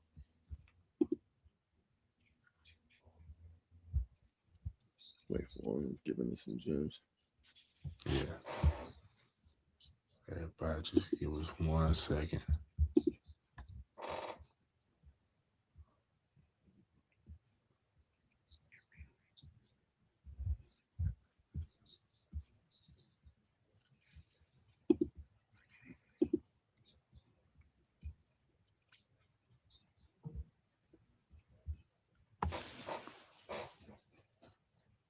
I don't think you see the chat. Let's see if you can leave. See if you can leave and then come back. Like try to swipe out and then come back. I'm hitting the DM. 1, 2. Yeah, we can't hear him.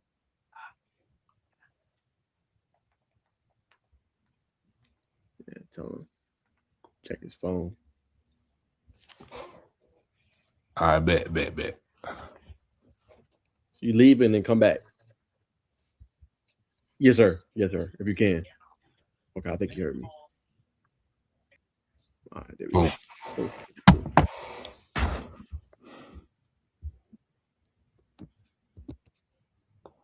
Let's do it.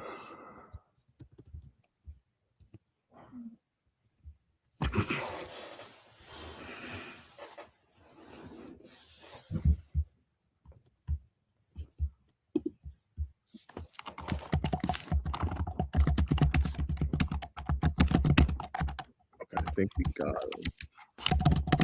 Yours? Nah, can you hear him, Bacon? Nah, I can't. I can't. That's tough. I cannot. No. You can't hear him. He said he can hear us though. You can hear us? Dang. I'm not sure. I know he put it in his headphone. Might have to change it. I'm not sure. I hate Dang. that StreamYard does that though. Like it'll work and then it'll just clunk out of nowhere. Right. Can y'all hear me now? There we go. Yep. Yo. I don't know what you did, but that worked. All right. Okay. Cool. Okay, cool. So- Sorry about that. So basically, you were saying like you It's good, it's good. identified them. Yeah, and then like you build a rapport and relationship, and then it continues to go like throughout pretty much high school and all the way through college, right? Yeah. Yeah. Yep. Okay.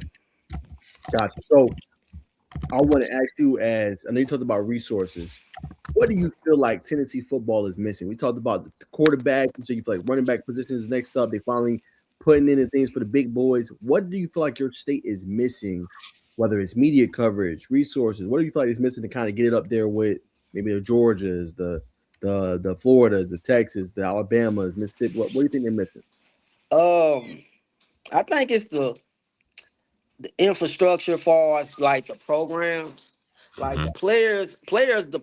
I think the players that we have. I think if they go 1-on-1 with anybody, I think it'll level out. But then when it comes to the programs, that's when I think the fall off come in. At. I think that the programs here are like kind of behind. Like like I was saying, like you can take somebody like an Al Core that they'll be happy of beating people, winning a championship year after year after year, but never want to actually go on the road and compete with like a Buford or some of the big dogs to allow them to be able to grow. So I think that the programs here, they still kind of behind in terms of what's really happening in the world. It's like they stuck in their own little world and happy about the trophies that they get here versus really seeing what's happening on the national level. And some of them are just some of the coaches, the egos.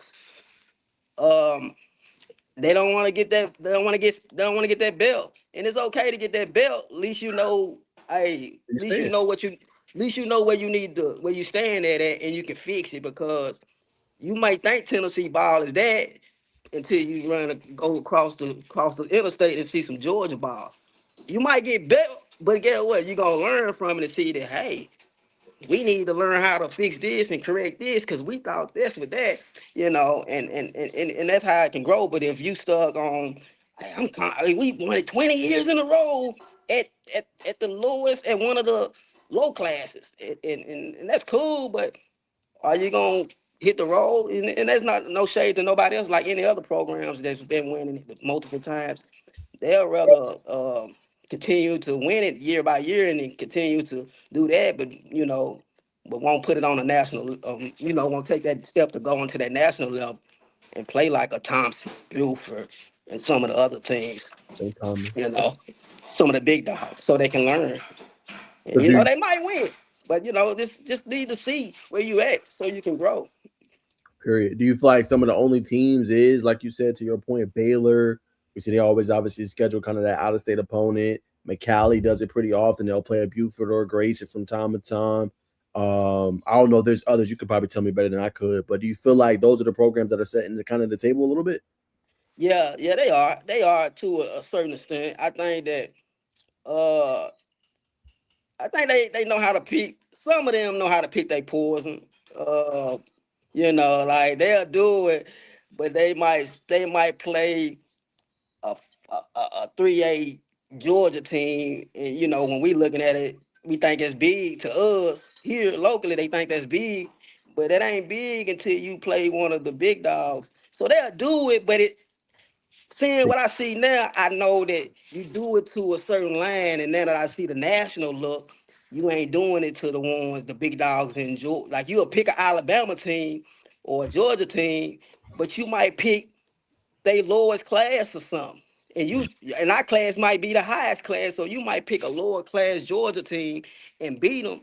And we don't know what's going on because we think that's something. But when you look at it at a national scale, you can say Tennessee beat Georgia or beat Alabama or beat them, but did you really beat them though? Because you supposed to be top 10 Tennessee, but you played one of our lowest Or ranked team in Georgia. Yeah, you see what I'm saying? Yeah, so it don't really hold no merit, but yet you'll brag about it and trope everybody here in the city, in Mhm. the state about it, and even be all on Max Prep about it. And you know what Trent did was he did that. He actually kind of came and he went after most of the things that was really legit that had merit in Georgia or had merit in Alabama. That if you beat them, okay, we can probably get y'all. We kind of think Tennessee, you know, it kind of let people know like, all right, they might be legit enough because y'all done beat, you know, some legitimate Georgia teams. But if you can't beat the ones that's really ranked for real, then you just, I mean, you just talking, bro. And you know, I ain't knocking it, but let's get out of there and go ahead and hit that road Period. and really prove it. And I don't think they be doing it, but the individual players, they willing to do it, and they do it on a college level. You can see it. That's why you'll see a kid out of Tennessee, but he might come from a bullshit ass school, but yeah, he end up, you know, being on the roster or something like that, showing out. It's just he come from the, you know, a school that don't really have the infrastructure and you know, kind of behind on time. You know, Period. like in Georgia, there's 30 of me's out there. You know, it's plenty of less balls and stuff like that that's going on out there. But here, it's just kind of moving a little slow here. And you know, I don't really pay attention. I kind of look at the whole scope of things, so I can kind of see it and whatnot. So Okay. Do you feel? Let me ask you this: do you feel like Vanderbilt being more competent? I guess is the word. I don't want to. Some people will say good. I'm gonna just say competent. A lot yeah, better than years past. Do you feel like that's helping out the state of Tennessee with more eyes on you guys, like in terms of like some of the guys that recruiting is in state places that people don't always talk about? Do you feel like that's helping y'all state out with Vanderbilt actually being good now? yeah, cause it's some of those kids they now stay at home. You know, they don't feel like they need to just leave, so some of them are just staying home, and then you getting to see, okay, they behind. I mean, Alabama. I mean, Vanderbilt ain't no just hell of a powerhouse in terms of SEC, but they do got the infrastructure. They playing on a national level far as the SEC. So when you Yeah. take those kids that come from bad infrastructure that decide to want to go to uh, Alabama or go to the Clemson or you know to these D1 schools, you get to see them then. But what if they decide to just stay at a Vanderbilt or they decide to go to UT and that's what you end up slowly getting. And now they all starting to recognize that and you know, Vandy might be giving them boys a bag too. So Yeah. they starting to say, you know, and then slowly you're gonna see a Vanderbilt become good because they keeping their kids here, you know. So that's what's going on. They just keeping them here, and they want to stay here. And even at UT, like George and stuff, they want to stay here, and And that's what you're getting. period. And then how big? I feel like I will definitely want to ask you this because you know this from recruits, but how big was that for them to get Jared Curtis? Like get him away from Georgia. Obviously, he was committed there multiple times and keep him home. I mean, that has to do a lot for the state. Man, that was big. That was big, and it was influential because other kids looking at. I think who was it? We had another. I think Amari. I don't know if Amari Sanders commit to Vanderbilt. I think. I think by having him, it kind of influenced even more. It kind of add more fuel to the fire to the kids around here to be like, damn, man, you know, Vanderbilt might be the move. And then you know, you seeing people like Junior Sherrill, number 0 for Vanderbilt. He like that kid right there. He come from the hood for real. So you seeing him, the kids is seeing him do what he do. It's becoming a domino effect that's the place to be right now, as far as in Tennessee. You know, for some of Right. them. So you know, he come from humble beginnings. I mean, I'm not humble beginnings, but he stayed down. He wasn't involved with no programs and you know with the Elite Threes or the MPAs or all these programs. He just did him and stayed down with the school. And now you seeing him doing his thing right now. And he could Period. have went plenty of places. Exactly. If you can shed light, what tell us a little bit about the Elite Three program, if you don't mind sharing. Elite Three, it's a 707 program. They've been doing it for about 20 plus years. It's basically, yeah, 707 program. It houses trainers and stuff. Your kids can go into it to get developed. It does great work in the community. Open up a lot of doors for like a lot of kids that can't afford it. You know, it allows them access to be able to play 707. So it's just a 707 program that came up just like how it came up. Started in the backyard, and just kind of grew, and that's what you have today. And it's just a 707 program. Gotcha. All right, put us on some game, Desh. Tell us about who's coming down the ranks, man. Whatever you want to do, 2027, 28s, 29s. Who we need to watch out for in Tennessee moving forward. Um, let's see. It's a kid. He's playing with.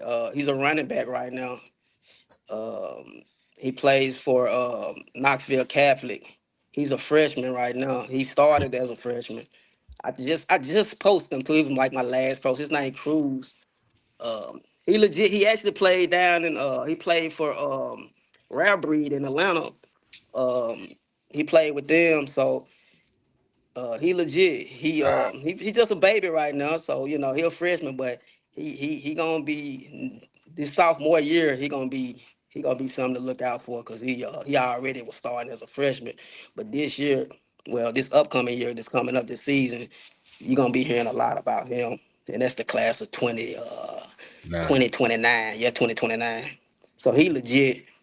Um, who else? Dang.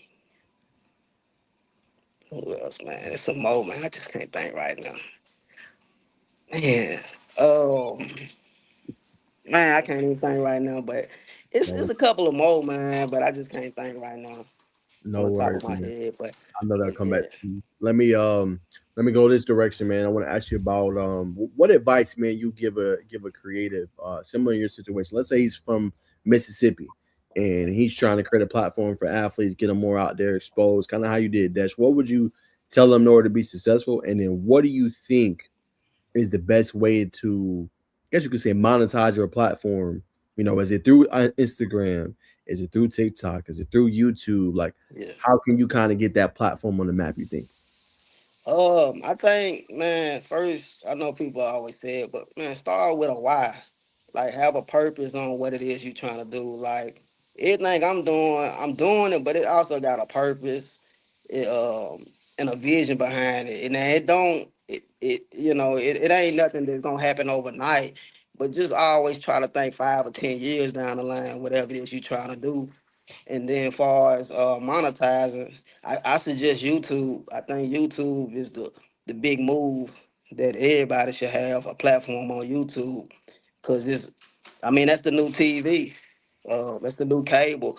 So it gives you access once you learn how it all works, and once you learn how the algorithm work, the thumbnails, and the titles, the descriptions, and understand the intros and all of that stuff. Once you master all of that, it becomes your own network to where you can monetize and make some serious money. I mean, life changing money. Um, but yeah, I think that, and just staying consistent and focusing on what you can control, and focusing on these kids, and block out the blinders.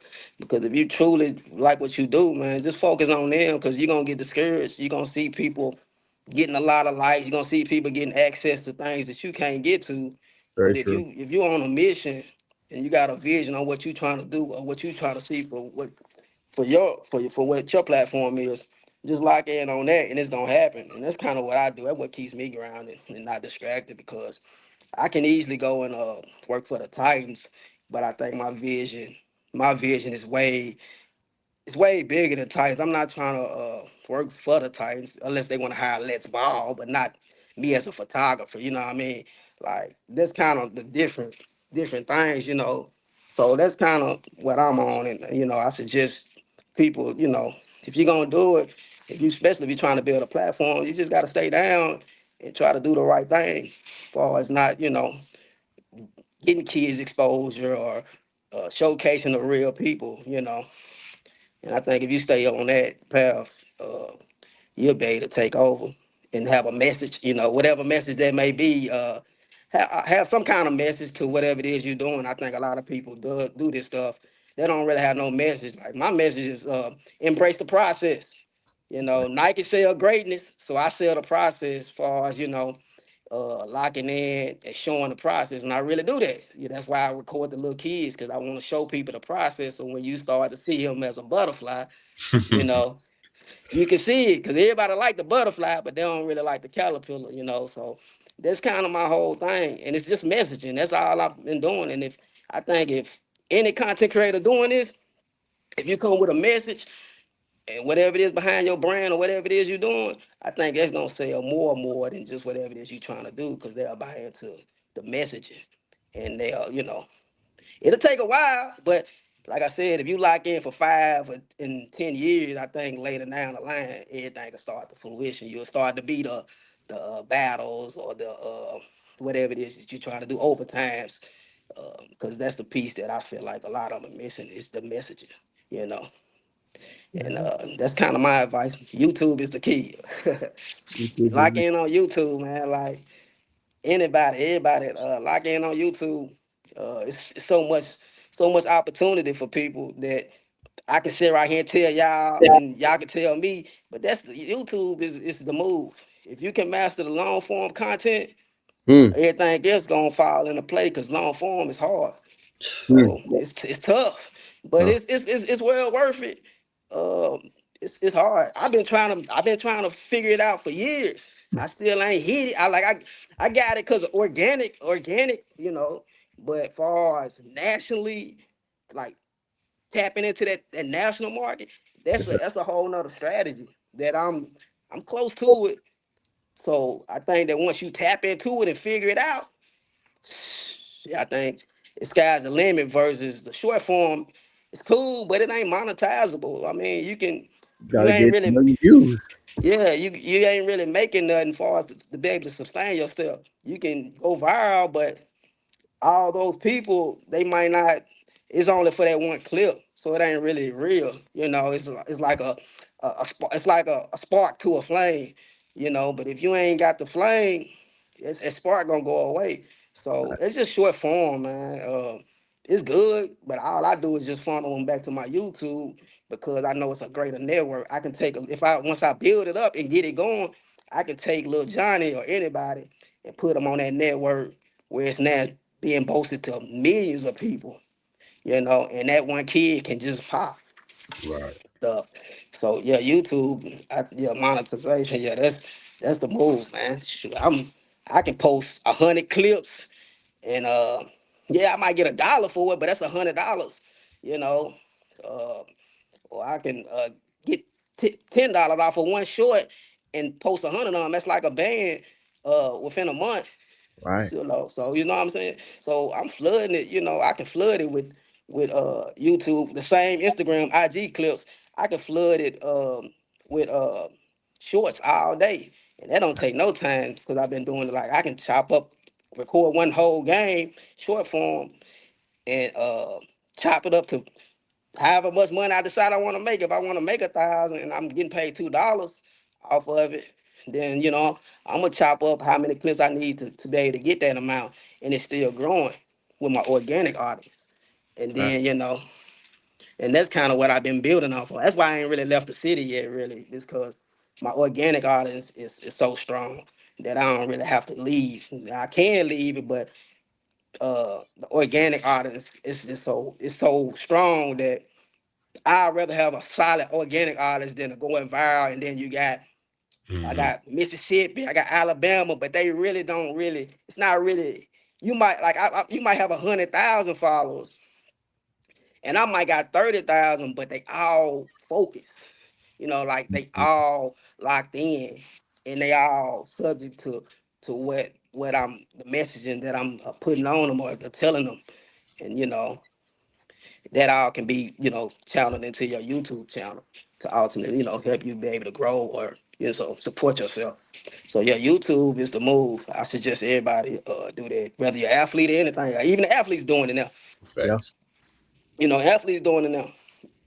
So yeah, I think to your point, real quick. I think, and for one more question, I'll throw it back. I think to your point, underrated part of YouTube is, let's say you do a video on those kids you talked about, right? Eighth grade, seventh grade, whatever. They go and they become like that next big star or whatever. People will go back and click on your video you did years ago, and you still yeah, maybe bank on that video. You know what I'm saying? I yeah, think that's yeah. that's Yep, that's exactly what's happening. That's happening with Isaiah Horton. I did like the inside. I did like something called inside the bag, Something like and that. and I documented his process. And keep in mind, keep in mind, all this stuff I'm doing is just really ideas. I'm just testing. I ain't even really just fully launched it all. I'm just really just trying to test and see how things gravitate to people and see how it all works. But I did a little thing called Inside the Bag where I just roll into people. I wanted people to see the process of what Isaiah go through with one of the top trainers in the city. And I just basically just sit there and just watch this whole training session and see how he interacts, see what he thought about his championship game. And that went crazy. And then when I think he went to Alabama. Now he went to Miami. When he first went to Miami, everybody started to run back to that video and started to do their research on him and all of that stuff, starting to pull up all this stuff. And I could tell because the numbers was going back up again. And every time any of them make that move like that, it does that. So like he went to Alabama, now he at what is it? pretty Missy fair. what he at the Aggies, Yep. Texas Yeah. A&M, yeah. So it did the same thing. So they go back and they just try to do their research on him and just kind of figure out more about who he is and stuff. So yeah, it does go back and do that. Facts. So it's like evergreen. Nah, it is 100%. Last Yeah. thing, what's the next phase of what you want to do, Desh? Gotta ask you that. Like, well, where do you want to take this thing? What's the evolution? Uh, so right now, I'm getting a little older now, so my kids getting old. I got kids and stuff, so I'm basically building up a team now, trying to show them how to do this stuff. Of course, I've been all the little stuff I've been doing now. They've been test runs, so now I'm really ready to kind of officially start to really put it all together now. So as much as long as I've been doing it, it's actually been just a test run. So the next phase is just really starting to put everything together and start to really show how it all looks, all cohesive. Cause like right now, I've been doing a lot of stuff, but it's secretly they don't know, but it's secretly just been test runs just to see how this feel. Let's see how this looks, see what this do and stuff. But now I kind of got it figured out, everything structured. So I'm looking to build like a team of kids, man, where I'm gonna send them out on assignments. They gonna be making some money. But I couldn't do that at first because I didn't even know how to make money doing this stuff. Because it's still new. It's still new to really officially figure out how to make money outside of monetization, but making money off of highlight reels or stuff like that. I kind of came up with my own system to where I can take my team and they can be able to make some money off of it through a system that I done made out through my website. So that's kind of the next phase, just building up a team. I've been throwing events, so I'm looking to get into that, into throwing like showcases and stuff for the community, and then kind of giving it experience that I like to see, like I want to have a OT7 type of experience, you know what I mean? Like a battle type of experience, you know how their events be, it be turned. And even how C1N, when he did his event, how he, just that type of experience, I'm looking to do that for my city. So it'll be events, building up a content creator team that's going to be able to go out here on assignments and even make some money doing it, not just hoping and wishing. They actually got a kind of some kind of process and system behind it. Excuse me. And that's it. A podcast coming soon. Uh, Oh, Okay. yeah, so I ain't gonna be on it because I ain't gonna lie, man. I don't like being on camera, man. I don't really like being on camera, but I fuck with bruh, man. Bruh really been locked in with me for a long time, man. I support everything he do, especially if it comes through my feed. I'm sharing and I'm liking. I'm doing something every time because I really believe in what he do. But appreciate you.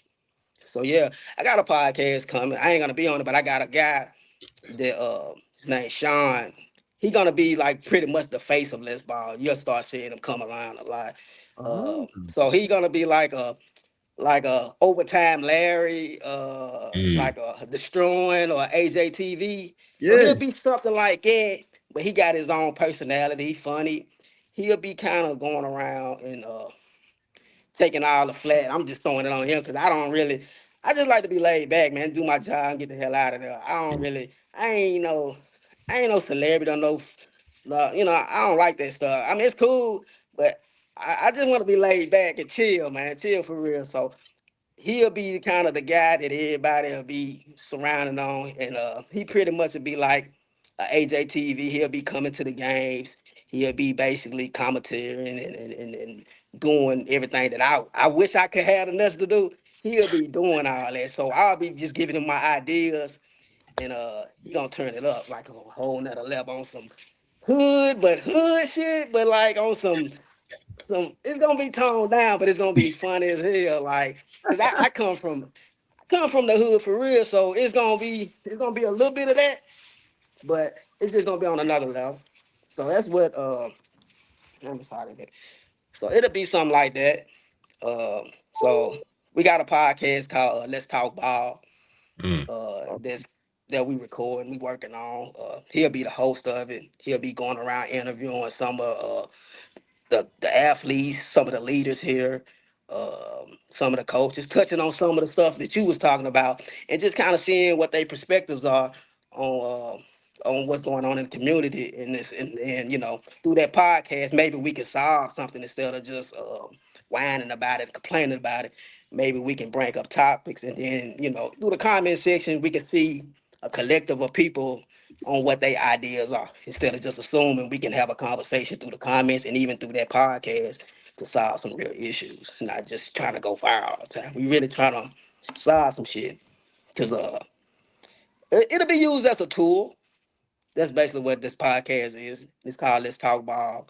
Um, Tennessee, it's a little, I hate to throw the racism, but it's a lot of little racism that goes on here where we done had coaches get fired straight up on the fight, and they end up being put in a Tennessee or end up being put in the paper without having a voice.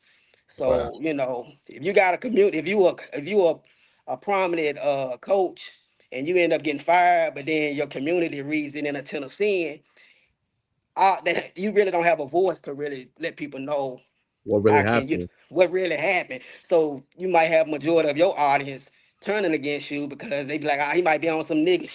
You know what I mean? He done did some stuff like that. But I've talked to a lot of these people and these coaches when I see them out, and I ask them, what happened? And when he tell me what happened, it's a whole nother story. And it's a story to be told because, in our metro schools, they don't it's underserved, and so the coaches, they not able to be fully coaches. They actually got to be a dad, a Mm. mom. They got to do a lot more stuff that takes away from their ability to really truly coach. So they actually having to do more. So you think that they can't coach, but it's more to it. Even with the football fields, they got a line, and they got to hire line care people, or they out there lining the shit they sell on the weekends. So it's stuff like that happens, and then when it happens where you get fired, it's like a slap in the face, and then you forced to have to explain to a bunch of kids that you've been driving home that you're not Mm. working no more.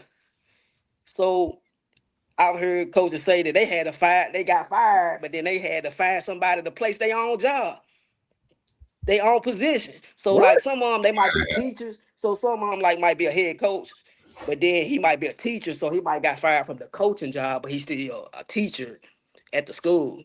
But yet he's so engaged and so committed to the kids that he has such a responsibility outside of the X and O's that it ain't just easy for him to just be like, fuck y'all, I'm gonna just uh I'm done. Y'all just gonna have to figure out your own situation, not knowing that this coach actually has more they got a hell of a situation outside of just coaching. They actually a dad to some of these people. They actually gotta take them home, and they actually probably gotta feed some of them. So it's not just you just firing them. But that's what happened to some of these people. And when they get on IG or they get on Facebook, mainly Facebook, and then somebody read a headline saying that, hey, such and such got fired, and the coach go and read the comments and see they tearing them down, they wearing them out. So he said it. Some of them say that it bothers them because he don't have a voice.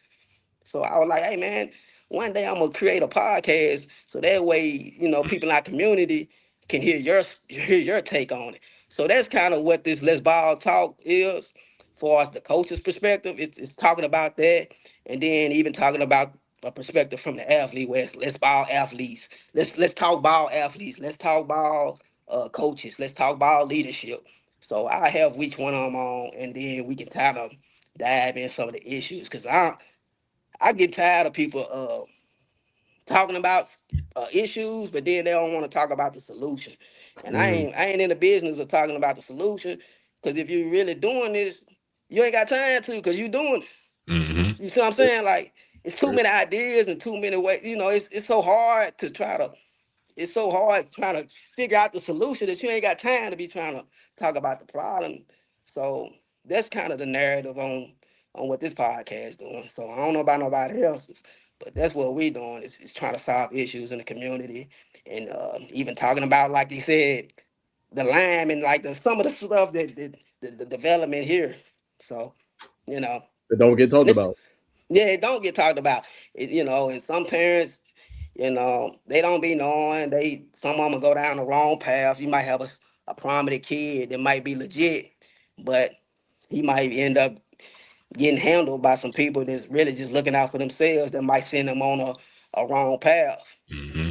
Now, I ain't here to tell nobody where they should go, but we can have them on a podcast so we can see what they really intentions are, and then we'll let that be the case, and you can see where we stand. That even just like this, you can having me on here. Yeah, I'm telling my story, but people can get a glimpse of what my true intentions are by just through the conversations. You can see what I'm really on, not just sitting right here just running around doing shit Right. just to be doing shit.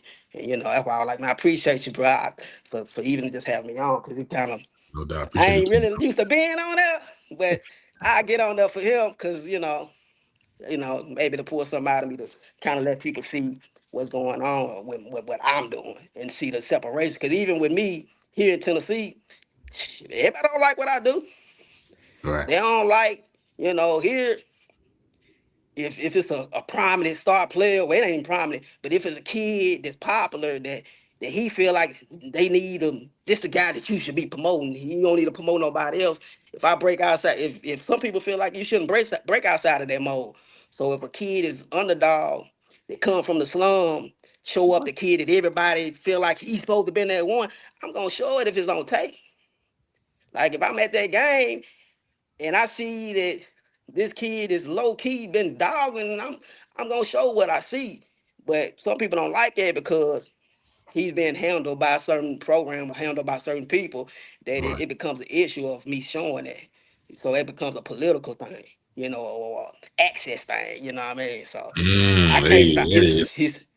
Yeah, so it becomes an access thing to certain legit players. So if you see players that are on my platform that ain't been on there, it got something to do with like a lot of access of trying to downgrade the platform, but it don't happen. It can't. It ain't gonna happen. But that's some of the kind of the political play that goes on. But I gotta do the right thing, because my kid is one of those underdogs. You know what I mean? So I know how it feels to you get on, you play a game, an AAU game, and you scoring 30, and then the so-called star player that they've been featuring every day only had 10, and y'all both play on the same team, and you keep dropping 30, and the kid that they keep promoting, he ain't doing that.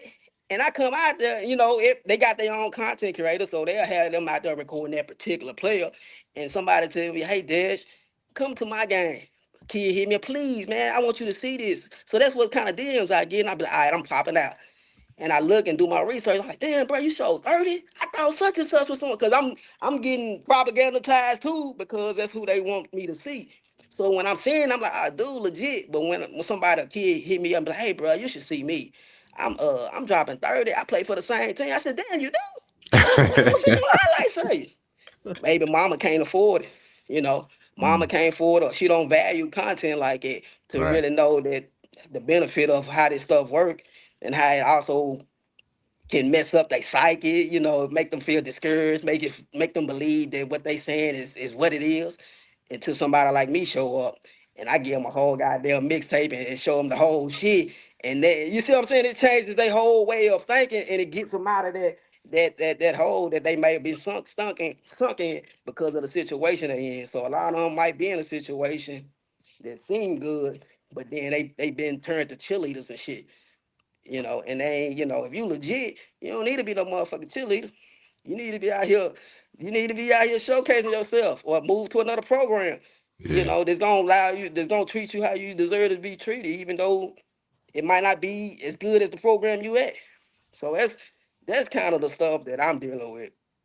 But this podcast is gonna be able to allow them to be able to say how they feel, and then we can see, what their visions are, how it line up with the future of Tennessee, or is they just selling us out for a couple $1,000s? So that's just what I'm on, man. It's just trying to be the change that I like to see in my community, and hopefully growing it nationally eventually. But I can't do that until I be able to control my own city or my own state. And it's getting close. I mean, we ready now. Like, I'm really ready now to be able to fully take it over, like completely, like even shit, Alabama and Georgia. Like, I'm ready to come down there now, because I kind of, you gotta have your shit together, man. You can't come in nobody's area, bro, and you ain't got your shit together, especially in a bigger market like that. So I ain't, I gotta control my own market at this point, and at least have my systems and processes and stuff like that down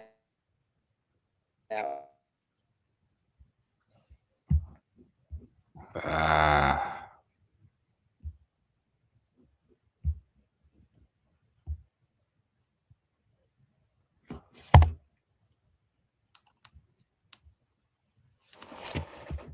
now to piggyback off what he's saying, I mean, ladies and gentlemen, I mean, let's ball, embrace the process.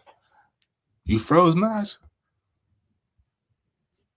Did I lag out?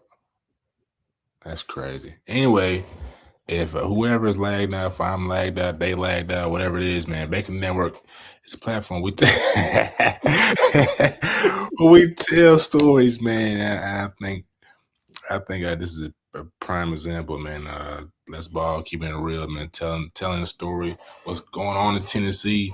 We bring on y'all people who we like to go to the source. We go to the source, people who's in the trenches doing the work with the people to provide y'all the content, what's going on. Not only give you the updates on the players, you know what I mean, but the whole shebang, what's going on, what's really moving and trending and popping in culture. So that's why you tune into Justice in this podcast. I'm gonna check on Desh to see what's going on. He said, "Come to the snide, coach. I'm when he come down, I'll definitely tell him to stop by Creekside, man. This is tell a lot of stories, do a lot of documentaries. So he'd be perfect. I'll definitely tap y'all in. Make sure. All right, here we go. Oh, go ahead, Nas. You do your thing, brother. My bad. You already got somebody that want to see you, man. Huh? Coach Rand said, "Come to the swamp." That's Creekside and Fairburn. Yeah, for sure, for sure. In Georgia. All right, Georgia. Yeah, for real. I need to get down there for sure. For sure.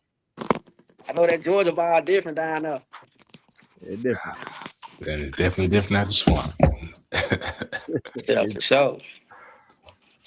But I thought you taking. I asked my question. You gave a real good answer, man. Nah, I mean, sure. I mean, everything I wanted to ask, Dash pretty much said it. I was going last thing I want to ask you, last couple things I want to ask you, man.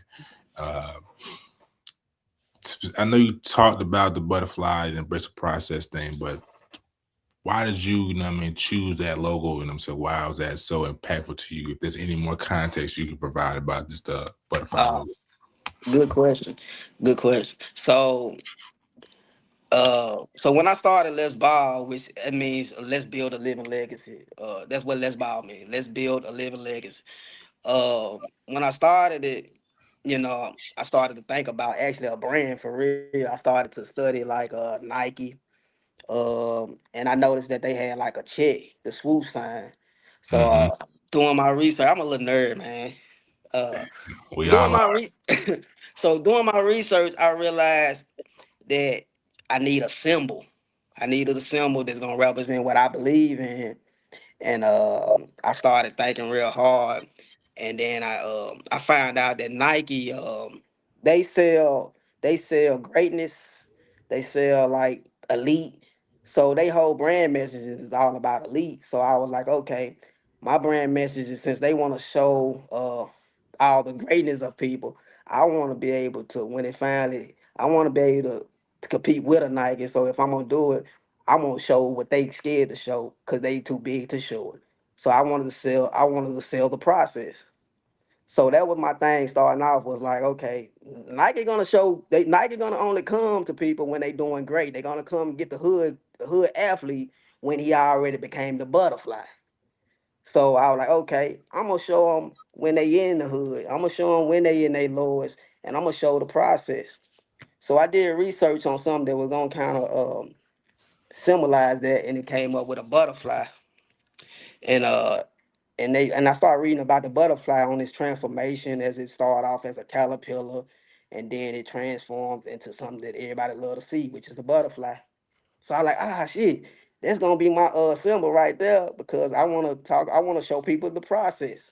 And that's all I've been talking about, because I'm going through, as I'm telling them this, and kind of telling my story or branding this, it's also reflecting on me too as a platform, because I gotta go through the same process, and telling myself that when I'm seeing somebody on a higher level, I can look at that butterfly and be like, or whatever my symbol is, and tell myself I need to embrace the process, because it's gonna happen.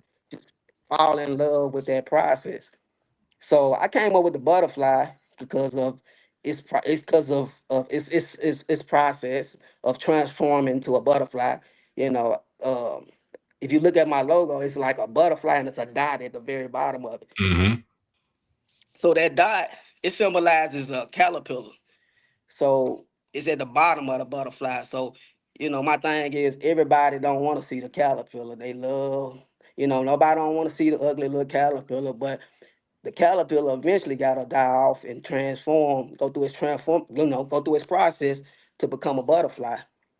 So that's what I end up doing is, I like, man, let me just, how can I symbolize this? So that's what I did. I took a dot and I put it under I put it under the butterfly.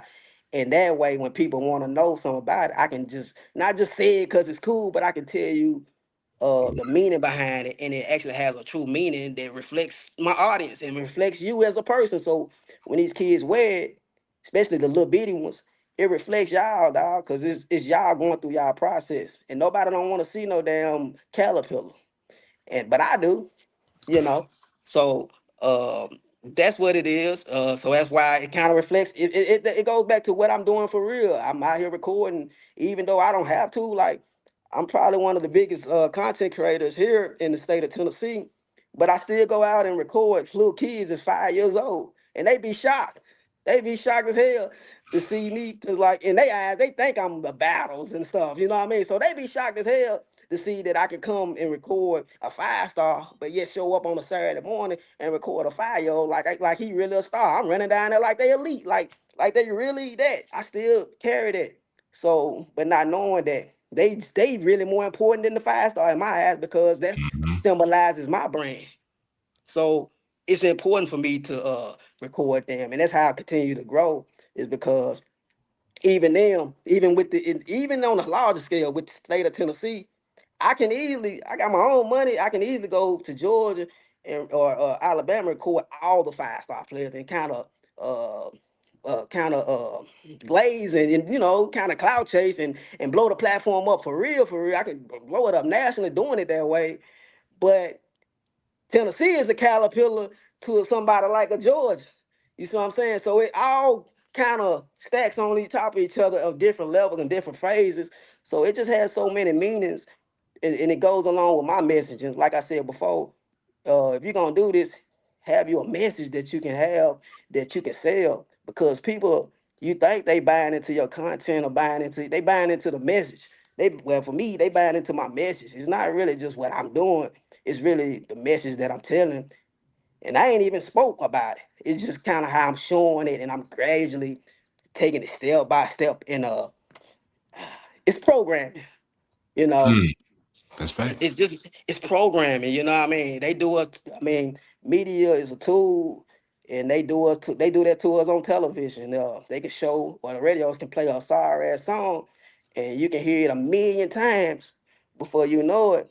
You're gonna be singing that song not because you want to, it's because you've been programmed to like something that you didn't even like.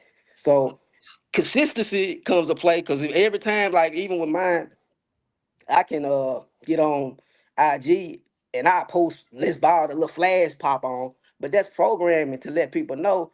And I tested, I won't say nothing, but now they be like, I know like a kid come to me and a kid to come to me and it'd be more of a discovery for them. They be like, hey, I know you about to post. I already know. I already pay attention. I be like, how you know I'm about to post? Because when you put the flash thing up and it say let's ball, I know you about to post. So it's programming and training them to like something. So that's basically the consistency part of doing it, but having a plan and not rushing it. That's just small because like Nike, they had when Nike first started, when you first saw Nike, it started with the Nike check.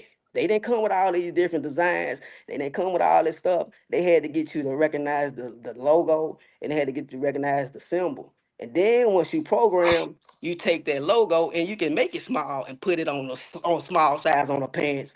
And now you've been programmed. So now I can put 30 designs on there, but yet that little logo is symbolized and it triggers you. You see what I'm saying? Nah, So nice. you see what I'm saying? So that's why you see black and white less ball, and I never changed it because I'm still working. I ain't even started yet. I ain't even made the logo small yet. I ain't even got in the clothes yet because I'm still it's a 10-year plan, and I'm taking it very. It's like I'm going to college or something. It's like I'm taking it step by step. So when you finally do see it like Nike, you won't even know how it happened because I've been doing it so patient and consistency and really embracing the process. But I got a greater plan and I understand programming and I understand media and how propaganda and all that stuff play into play. But I'm doing it in a respectable, you know, a respectable and honest way, Mhm. and having morals behind it, not just programming you and doing that to your psyche for some bullshit. So it's very intentional and it's very inspirational and motivation, so you know that's where the butterfly came from. It's just a symbol. I saw Nike had one and I was like, man, let me come on with my own symbol. And then I started comparing my competition like Next Trend, Weeball. I started looking at them and I realized that uh I got an advantage because I come from the projects for real. Like I'm really from the hood for real, not across the street from the projects. Or I actually grew up out there, Yeah. so I feel like I got an advantage on the culture as far as being able to dive in that culture, but not so much of it, but yet still come back and be relatable on a larger scale. And I think somebody that's doing that type of stuff, I don't think they can go that deep like I can. Y'all just, they don't build it up so much that you might be out there now, but I don't think you can go that deep to where I can tell a true story, organic story about the have and have nots, and still go corporate on you. And I think we can dive a little more deeper into the story of the brand owner. And if you match Nike's story to my story or anybody else's brand story, it'd be amazing to find out that the stuff looks so hip hop or culture, but you look at on the other side of it, it's not you. It's not a reflection of who you are. So you supporting something, they're not even a reflection of who you are, but they mimicking you and they copying what you're doing. But if you look on the other side of the end, they don't know. They probably don't even listen to rap music. They probably don't even listen to Young Boy. They probably don't even listen to none of that stuff. They probably laugh at you and marketing it, but using your culture. You know what I mean? So that's the advantage that I feel like I have. And I ain't gotta be so even though I'm from the hood, I'm not of that hood. So I think that's an advantage that I understand, you know. So that's kind of what that symbol mean. And uh it's just a start. I still got a lot more work to do for as the branding and getting these kids, getting my city to buy in because they not used to so like I feel like in Georgia or Atlanta, they take pride in putting people up on stuff. So like if it's something new that they really like, they'd rather be pretty much hyped about putting you up on it. So like if I got some Mhm. new shoes, I'm gonna put you up on it versus just jumping on a trend. Here, they don't understand about putting people up on their own stuff. They'll rather jump on a trend instead of being a trendsetter. Be like, let me put you up on this. You ain't up on this yet. Nah, that ain't that here. They'll rather uh jump on a trend or something. Like, You know what I mean? Versus, man, I'm gonna put you up on this, man. And then when I put you up on it, you're gonna be like, ah shit, you know what I mean? They ain't really on it. But I feel like in Atlanta, they take pride in when something new come, they ready to jump on, it, especially if it's legit and it's real. They gonna take pride on jumping on that shit and they gonna push that shit to the fullest because the shit is good. Not cause it's man, I need you to have my favorite person to like it or some shit. That type shit. So here it's like I'm doing it, but I gotta teach them as I'm doing it how to support each other. You know what I mean? How to support a creator, how to support your own artist. You know, if you like it, you like it. Just take pride in what your true feelings are. You know, instead of I like it, but I don't know if I can support it because I don't want to seem like I'm lame. Nah, that should make you seem like you cool, bruh. Cause you you you taking pride in it and you putting them up on some shit that you like, you know. And if it's dope, then they let you know you like dope shit, you know, and then they'll jump on it. But it's all a training ground for me and everything else. So yeah, that's a long ass answer, but nah, you good. but but yeah, that's what's going on with that, man. Nah, you good. Sensei, brother. You dropped a lot of jewels today. I definitely learned a lot about the name, Appreciate it. the legend. Um, it's an honor, brother. You know what I'm saying? For your second podcast, brother, you know what I'm saying? You say sharp pen, brother, and we appreciate Man, you coming appreciate on. it. Appreciate you having me on, man. I gotta Nah, get down there too with you, man. I gotta nah, get down facts. there for real. I gotta get Nah, down there with y'all. nah, let me know. You see, you already got coach, you already got coach wants you to come down to the Yeah, creek side, yeah, man. yeah. I do. I do need to get down there though. Yeah, That that I definitely do. that's how we do it, man. We try to, you know what I'm saying, we try to kind of connect the dots, man. Whether I it's, you know, appreciate that. Tennessee, Alabama, like we even tell creatives like you that's in Bama, yo, y'all come out here, come for a game, you know. Just as you said, you trying to master your area, which is obviously the right philosophy, man. But we also try to expose to because like, there's so much money Yeah, in Georgia. Why not get your yeah, exposure a little bit of Atlanta people too, you know, and yeah. try. For sure, man. For sure, man. I appreciate y'all, man. I mean, I appreciate all y'all do, man. Y'all about to change the game though. I love it, man. For Why you sure, say for sure. that? Before we let you go, why you say that? Why you think we finna change the game in your Cause eye? cause y'all you're it seemed like y'all know y'all tapping in with the content creators, which secretly they have a voice to some of this stuff. So when you tapping into like the content creators, they actually be having some little insight, especially if they done build something up to situations that nobody else would know. So I think that's dope to be having somebody like me on because it's a good strategy because like I'm around like all the trainers in the city, literally. And you know, if you get around the trainers, you get around all the top players. So it's just kind of like a domino effect. It's just common sense. Validation, So yup. you see what I'm saying? So like you having a content creator, especially somebody like me that's like in an area like this that kind of got a good audience is tapping into to my market and is tapping into an insight on what's going on here from my perspective. You know, is it the right perspective? Probably not. Or if it's a bad perspective, I don't know. You know, it's my opinion. But you get to see a little insight of what's going on from what I see. And I've been running around this city in this state for 6 years. So you get a glimpse of that. So when I think that's dope that y'all having me on or having anybody on because it gives them it gives opportunities to see what's going on without having to do all that extra stuff. And I ain't never seen nobody do that, like how y'all doing it. So I feel like as y'all continue to do it and continue to grow, I think it's gonna take it to a whole nother level because y'all reaching out and doing it the way y'all doing it. And then, I know bruh, he pretty much similar to me, but in a different area. So I respect what he do. So uh, I believe in it. So that's why I feel like, yeah, man, I like what y'all doing, and it's gonna grow. It's gonna eventually grow. Well, it's growing now, but uh, I think over time, shoot, I might not be able to be back on this show though, cause y'all gonna be too big for me. So, Nah, that hey be Nah, man, hey man, nah, hey. So, but I think it's coming though. I feel like it's coming.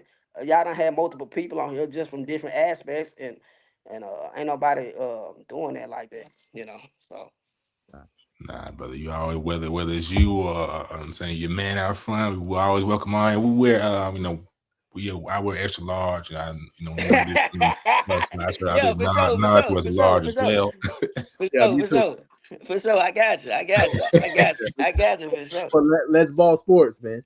Yeah, for sure. Hey, now y'all might get in trouble down there now. I don't want Hey, y'all to get man, banned, man. hey, we I gonna don't want look y'all to good doing it. We gonna hey. look, hey, Chad, we gonna look damn good doing it. We Hey, that's independent. what's up. That's what's up. For sure, for sure, for sure, for sure, for sure. So I got a question for y'all though. What made y'all come about this? The podcast and what was the intention behind that? Go ahead, baby.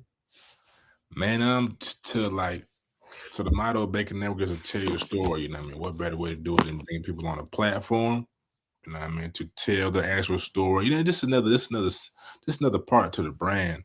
But ultimately, it was just bringing people together. You never know, like get different perspectives. Like we want to hear about, man, what's going on in Alabama? What's going on in Tennessee? Now, people, when you tune in, like I said, whenever you had got off, like we go directly to the source, man. And you know what I'm saying?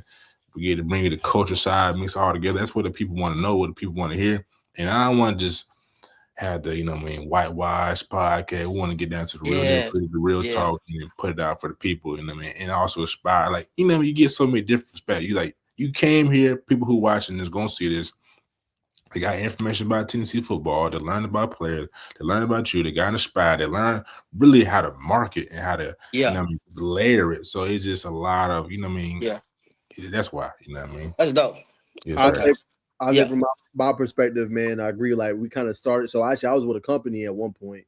Okay. Doing kind of, I guess you could say the corporate thing, man, a little bit. It was on the media space though. Some of what you said about Yeah. Tennessee and Oh, Titans. okay. It was cool, but I didn't really feel value. You know what I'm saying? And Yeah.